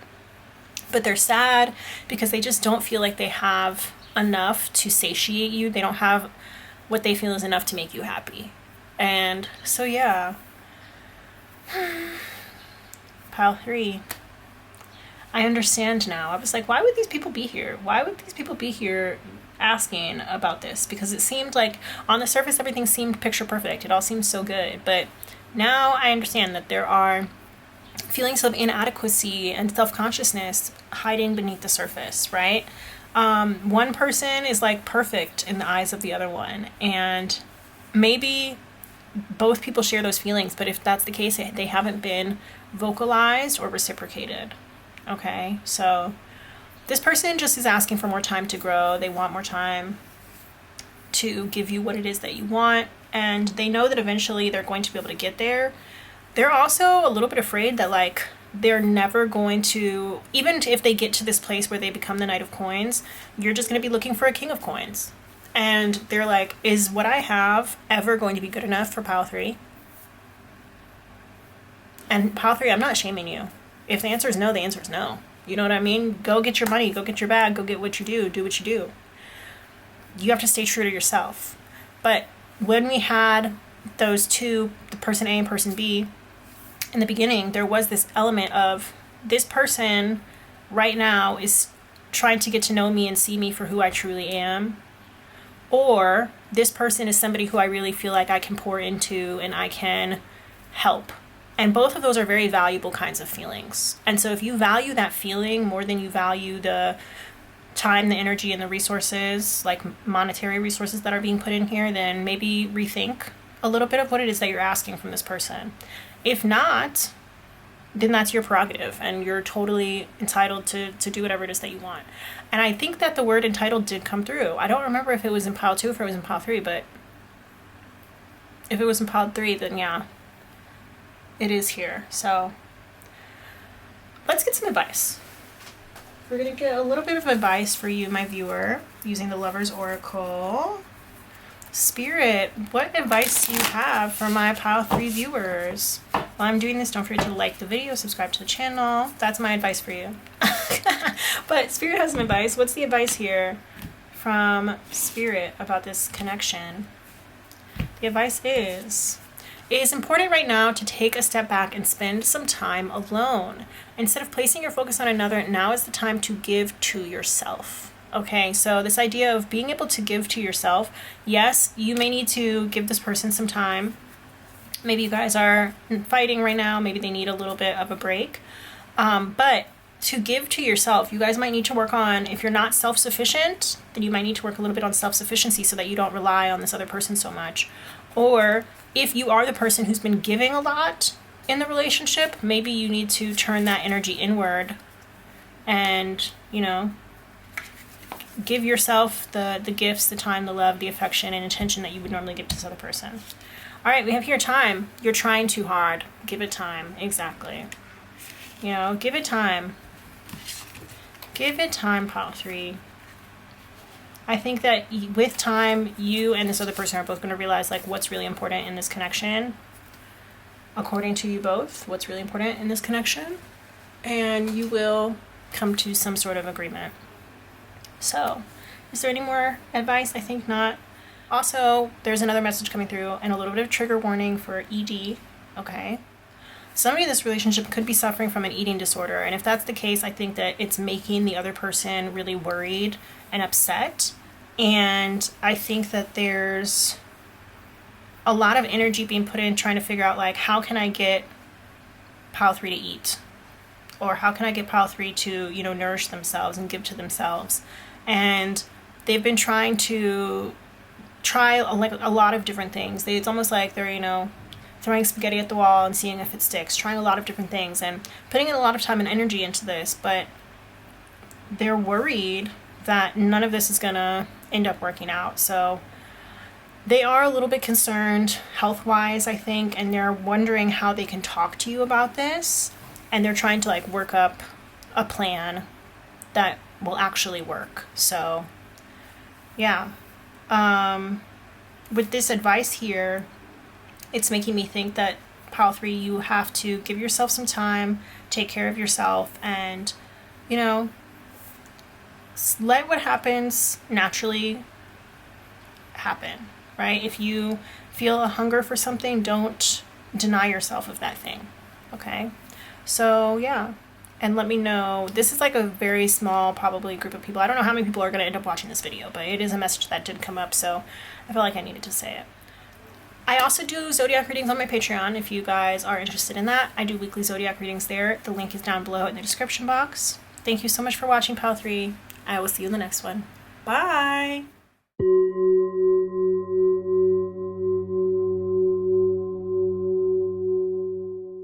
Howdy doody, pile 4. Hello, hello. I don't know why I said howdy doody, but I just was feeling it. I've been watching The Walking Dead, and even though it's like a southern show, there's like the western element to it, so howdy doody to you too. I don't know, whatever. Anyways, if you chose the UFO Tarot, then this reading is going to be for you.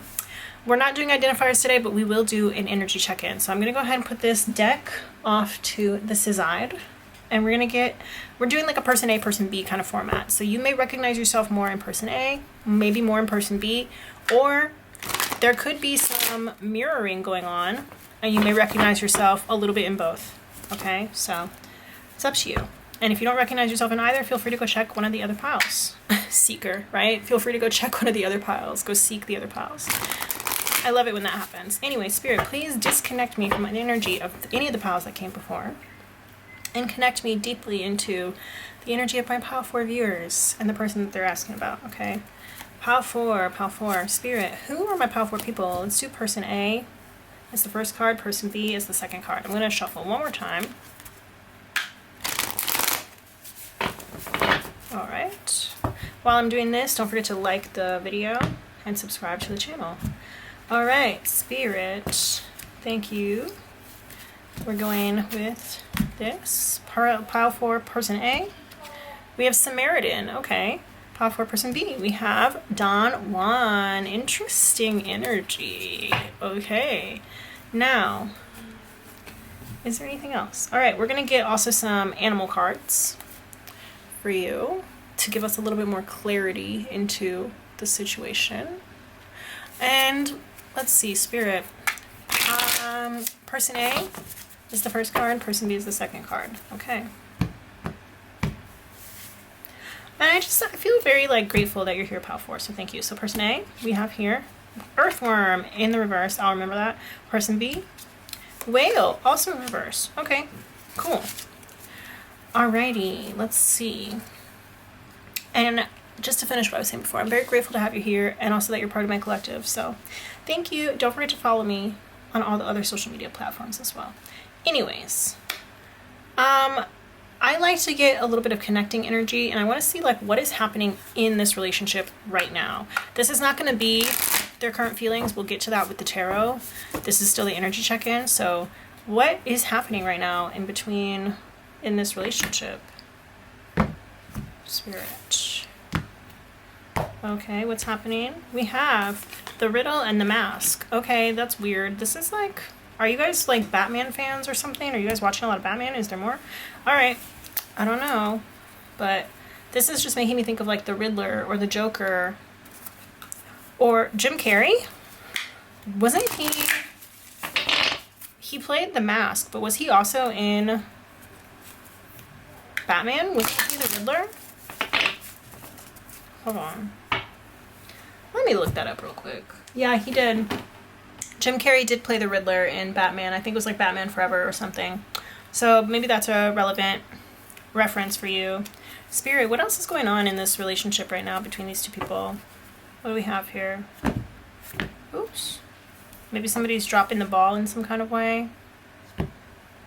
Let's see. What's happening? Positivity. I like that. This is interesting because we have couples on both of these cards. Like there's two people on this card, and then there's two people on this card. I'll hold them up so you can see. Samaritan, it's like somebody helping someone. Don Juan, it's somebody seducing someone. Okay? Ooh, this is a very interesting energy. This is almost giving like honeypot kind of energy, but it's not though. Don't worry. I don't think anybody's conning you. Pile 4. This is definitely giving Batman on this side, person A, Samaritan, Earthworm. The reason why I say that is Batman, his bat cave is underground. Where do earthworms live? Underground, exactly. Batman is trying to help the people of Gotham City. What do Samaritans do? They help people, okay? So I don't know if Batman is watching this. I don't know if you are watching this and you really like Batman, but whoever this is, I think you're the type of person who is very humble. You don't like, well, okay, you don't have to be person A. I should start over. I apologize. You don't have to be person A. Person A is the type of person who's very humble, okay? They really want to contribute and they want to help other people, but they don't necessarily want people to know what they're doing. They don't want to scream it from the rooftops. This might be the type of person who does like anonymous donations to charities or something, or they might, give people on the street money, or they might volunteer their time, but like be super low-key about it and nobody would know except for the other people who are there volunteering. One or both of these people could be like very talented gymnasts or dancers, or they could have some sort of experience like with coordinated movement, right? Maybe like synchronized swimming or something like that. Partner or pair kind of movements. I'm seeing ice dancing, ice skating. Yeah. I think that the Don Juan person, this could be somebody who definitely has like player kind of energy with the Don Juan here. But I would not be surprised also if this person was very wealthy. This person was rich or had an opulent body, was a little bit big, or this type of person might really love delicious food. They might be the type to take a lot of people out on dates to lovely restaurants just for the sake of the culinary experience, okay? This might be the type of person who loves to wine and dine people. They love the spectacle of it all, okay? I'm talking about person B here, the Don Juan whale person. They are very into the idea of being flashy, being showy, being romantic, and all of the accoutrement that comes along with it, the pomp and circumstance that comes along with falling in love. Meanwhile, I think person A, the Samaritan earthworm, who I told you was like a lot more humble and I think a little bit more down to earth, they are not so quick to get swept up in the thought of it all. They want to see hard work. They want to see a lot of demonstrable effort coming through. And I think that this person is very used to like making their own way in the world. When this Don Juan whale person B came through and was like, let me sweep you off your feet, darling. Okay? So this is like almost like a little bit of a Cinderella story kind of energy coming through. And it doesn't have to be that like one person is rich and one person is poor. I think it's just that these people have different mindsets and points of view when it comes to how they treat love and relationships and how they operate in the world. So it's interesting because I actually think that they make a pair that like moves well together through the world, and like they're well coordinated. Are they well matched? It could be, you know, but not everything has to last forever either. That's the situation here. Not everything has to last forever.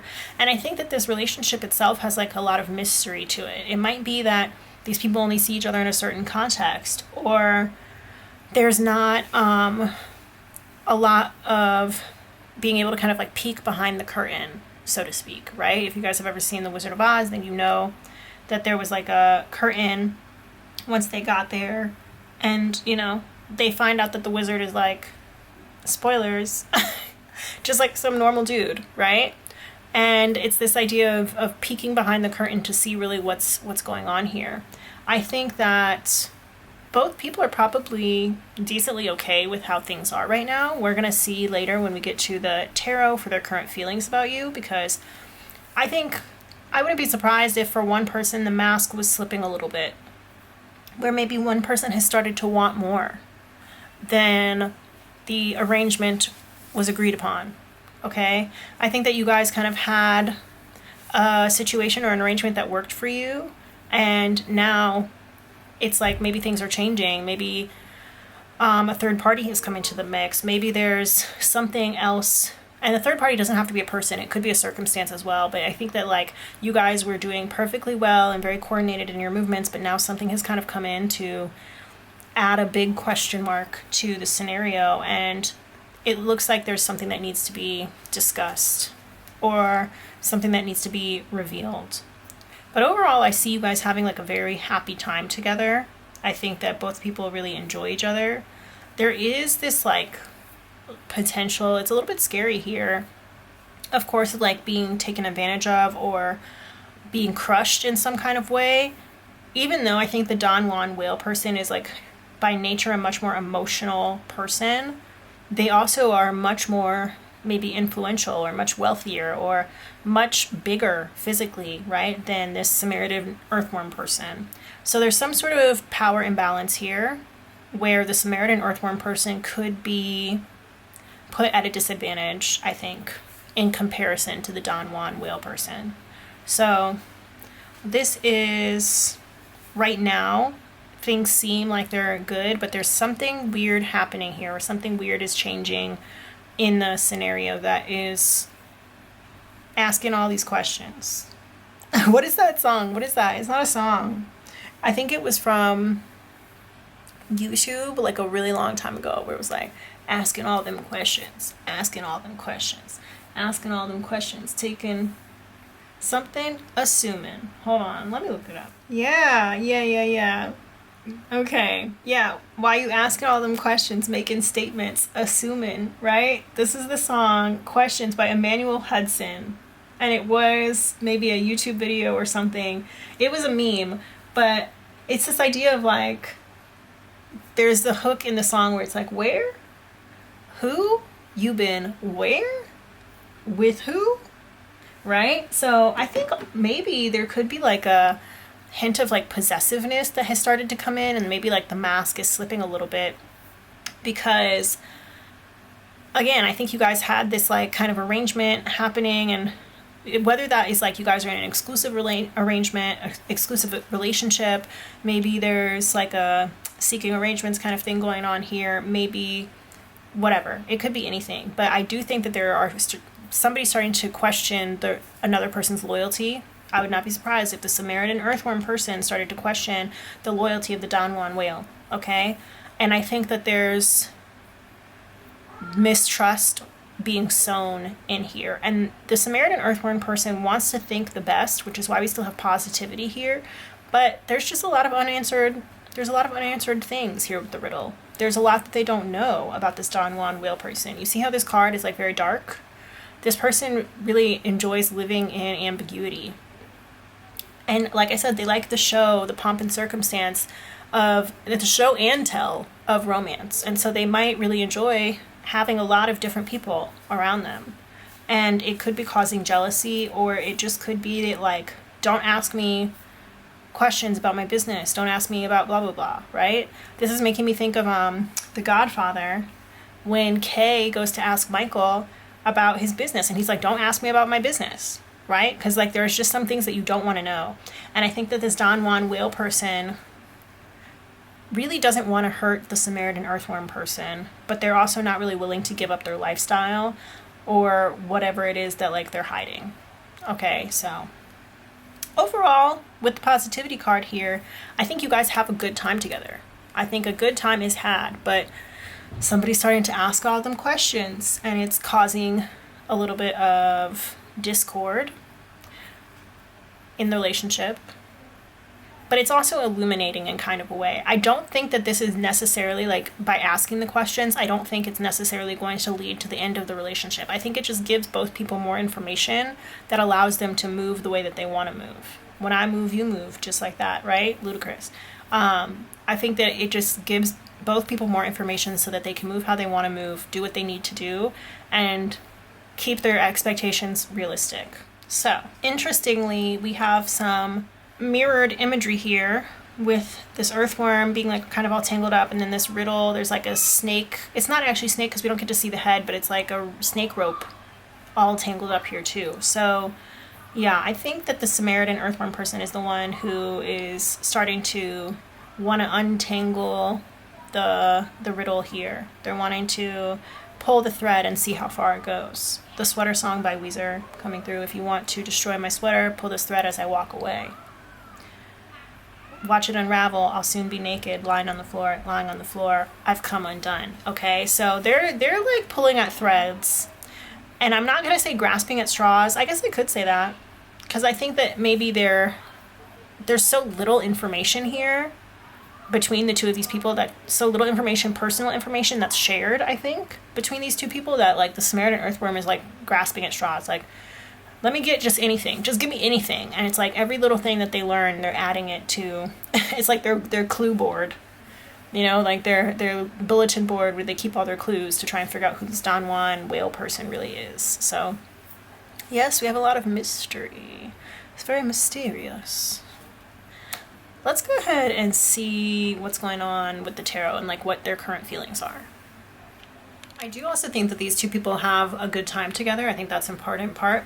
The earthworm Samaritan person may be having like questioning thoughts about sexuality, potentially. I want to put that out there as well. Yeah. All right. I'm hearing Miss Jackson by Outkast right now, and I don't really know, but it's like, I'm sorry, Miss Jackson. I never meant to make your daughter cry. I apologize a million times. So there could be some sort of, you know, not bad blood happening, because we do have this positivity card here. But I do think that there's a lot more happening underneath the surface, because both of these animals are like under the surface kind of animals, right? The earthworm is underground. The whale is under the water. So there's just a lot that's happening for both of these people under the surface that they're not showing each other. And so I think there's like a big barrier here. It's almost like each person is looking at each other through glass. And I wanted to say through broken glass. I don't know why that is. Something could have happened that kind of like shattered the illusion recently. And with the riddle and the mask, it could be that like a lie is coming to light, or maybe you guys are both living a lie. I don't know. This could be like maybe somebody's beard, right? That's a possibility as well. All right, let's go ahead and get our tarot out. We're using the UFO Tarot today. Spirit, and no matter what, pile 4, no matter if you were the Samaritan earthworm person or the Don Juan whale person, this is going to be the person on your mind, their current feelings about you, okay? So, Spirit, tap me into my pile 4 people who are watching this, my pile 4 viewers. And I want to know what the person on their mind, what their current feelings are towards pile 4. What are their current feelings towards pile 4? The person on pile 4's mind, what are their current feelings towards pile 4? Alright, let's see. We have, this is the Queen of Wands. Interesting. What else?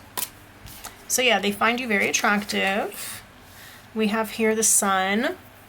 They positivity coming through so far. So far, so good. Find you very attractive. They find you fun to be around. How do they feel about pile 4? Okay. We have here the 4 of Wands. This could be like they want to take you out on a date. Maybe they want to take you to a wedding.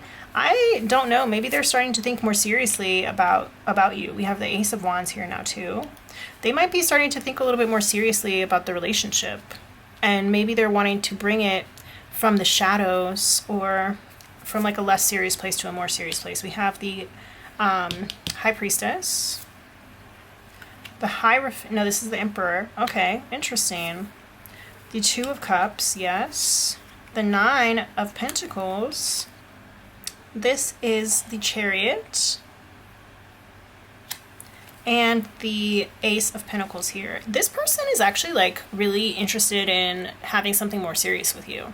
That was a surprise a little bit based off of what I read, but it could be because you're starting to, you know, ask more questions, or maybe you're not. Somebody's asking more questions and somebody's starting to like unravel what was going on here. They really want to release any confusion that is in this connection, because I think that they see a lot of like value in here. So somebody might have been pretending for a long time that they didn't care or that they didn't want something more serious, but they're actually really interested and intrigued by that prospect right now.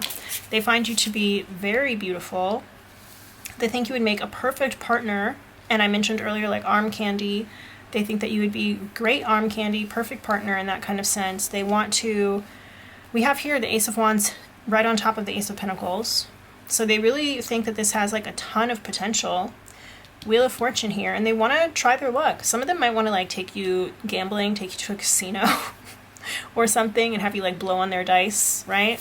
But they're considering what it would be like to be a husband or be a wife, maybe for the first time, maybe again. But they're really thinking about it, because for this person, you have, it's like you check off all their boxes and they would be ready to move forward with you. They're willing to take a chance. Interesting. Oh my gosh, pile 4. I was not expecting this at all. This is like a little bit of like a fairy tale, like Cinderella story fairy tale kind of situation, because it just kind of seems like this one person who has so much more resources than the other person in some kind of way is like, no, I really want to make this work. Or if it's the earthworm person who you're asking about, this person's very practical and they're not super emotional. And they're like, actually, I see a practical path forward and I'm going to take some action towards making this a real thing, towards making this work. So either way, pile 4, I see a lot of happiness, love and happiness. I see that in your future. At least that's how they feel. That's what they want. I don't know if they're ready to talk about it yet, because we don't have any swords cards here indicating communication, but this is how they feel. They feel ready. They feel stable enough. They think you guys are like a great match, equally yoked, evenly paired. You're heading in the same direction. You want the same things. And they think that it would be like a good move, not only financially, but they think it would be a good move socially. It would be a good move just in all the places. Like I said, you check all the boxes for them. So yeah, they're really thinking about it. And I wouldn't be surprised if they like came forward pretty soon saying something to you. Even though we don't have any cards of communication here, it's like heavy. It's heavy on their mind. I'm hearing heavy on it. Yeah, it's heavy on their mind. So, if you're ready to meet this person where they are, then, you know, move forward. Let's see what kind of advice Spirit has for you, my pile 4s. What is Spirit? Oh, I forgot. I was going to bring out these cards, the Prism Oracle. Okay, well, let's see. Spirit, give us more insight into how pile 4's person feels about pile 4. How's pile 4's person feeling? We got balance. Exactly. They really feel like you balance them. They're willing to take a chance because they feel like you could be the thing that was missing.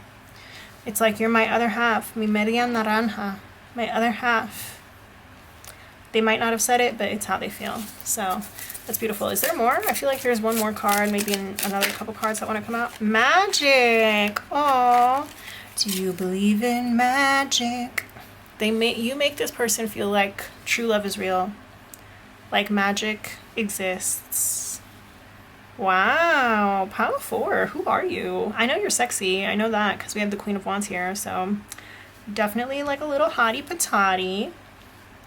But yeah, they're very intrigued by you. They feel like you balance them out. They feel like what you have could just be magical. And I love that for you. Okay, let's see. Spirit, give us the advice. What is pile 4's advice for the viewer? What advice do you have for pile 4? I want to shuffle one more. No, okay, we're just going to cut the deck. What advice do you have for pile 4, Spirit? Ooh, look at these birds. Birds of a feather. Birds of a feather. Oh, we fit together. And there's more feathers in here too. 2 people feathers. So yeah, from the beginning, I told you both cards had 2 people on them. They think you guys are really evenly or equally matched. Oops. All right, my beloved. Aw, that's so sweet. Though we may be physically apart, spiritually we are always united. For love transcends space and time. Nothing is missing. This is like a beautiful pile. So like Spirit is honestly saying like you don't even really need any advice. Just know that they're thinking about you even when you're not with them. They're thinking of you. So feel secure. I guess that's the advice here is feel secure in this connection. Even if you are over here asking all them questions or they're asking you a bunch of questions, don't be afraid to answer them or don't be afraid to ask because I think that you're going to end up getting what you want from this person because they want to give it to you. Is there more? Yes, there is more. We're going to get this. Healing. Imagine yourself and your beloved. Again, beloved. Oh my God, I love it. Imagine yourself and your beloved surrounded by light. Feel your relationship being healed this very moment. So yeah, that's your advice is don't get too in your head about things. This person really genuinely cares for you. They really want not only the best for you, but like they want the best for you too as a couple. They see you guys being perfect for each other. And if you guys are already in like a serious long-term relationship, then they really want to step up and they know that they need to make you feel as secure as possible and they're going to do what they can to do that. So yes, my pile 4s, this was a beautiful reading. Thank you so much. Comment down below, let me know what your situation is because I'm nosy. And also, if you didn't know, I do weekly zodiac readings on Patreon. The link will be down below in the description box, so you can go check it out there. Don't forget to like this video so other people can find it, and to subscribe to the channel because it just will help me out. I would appreciate it so much. The best way to support me is to do those things and to watch my ads all the way through, the videos all the way through with the ads. Thank you so much, and I will see you guys soon. Love you. Bye.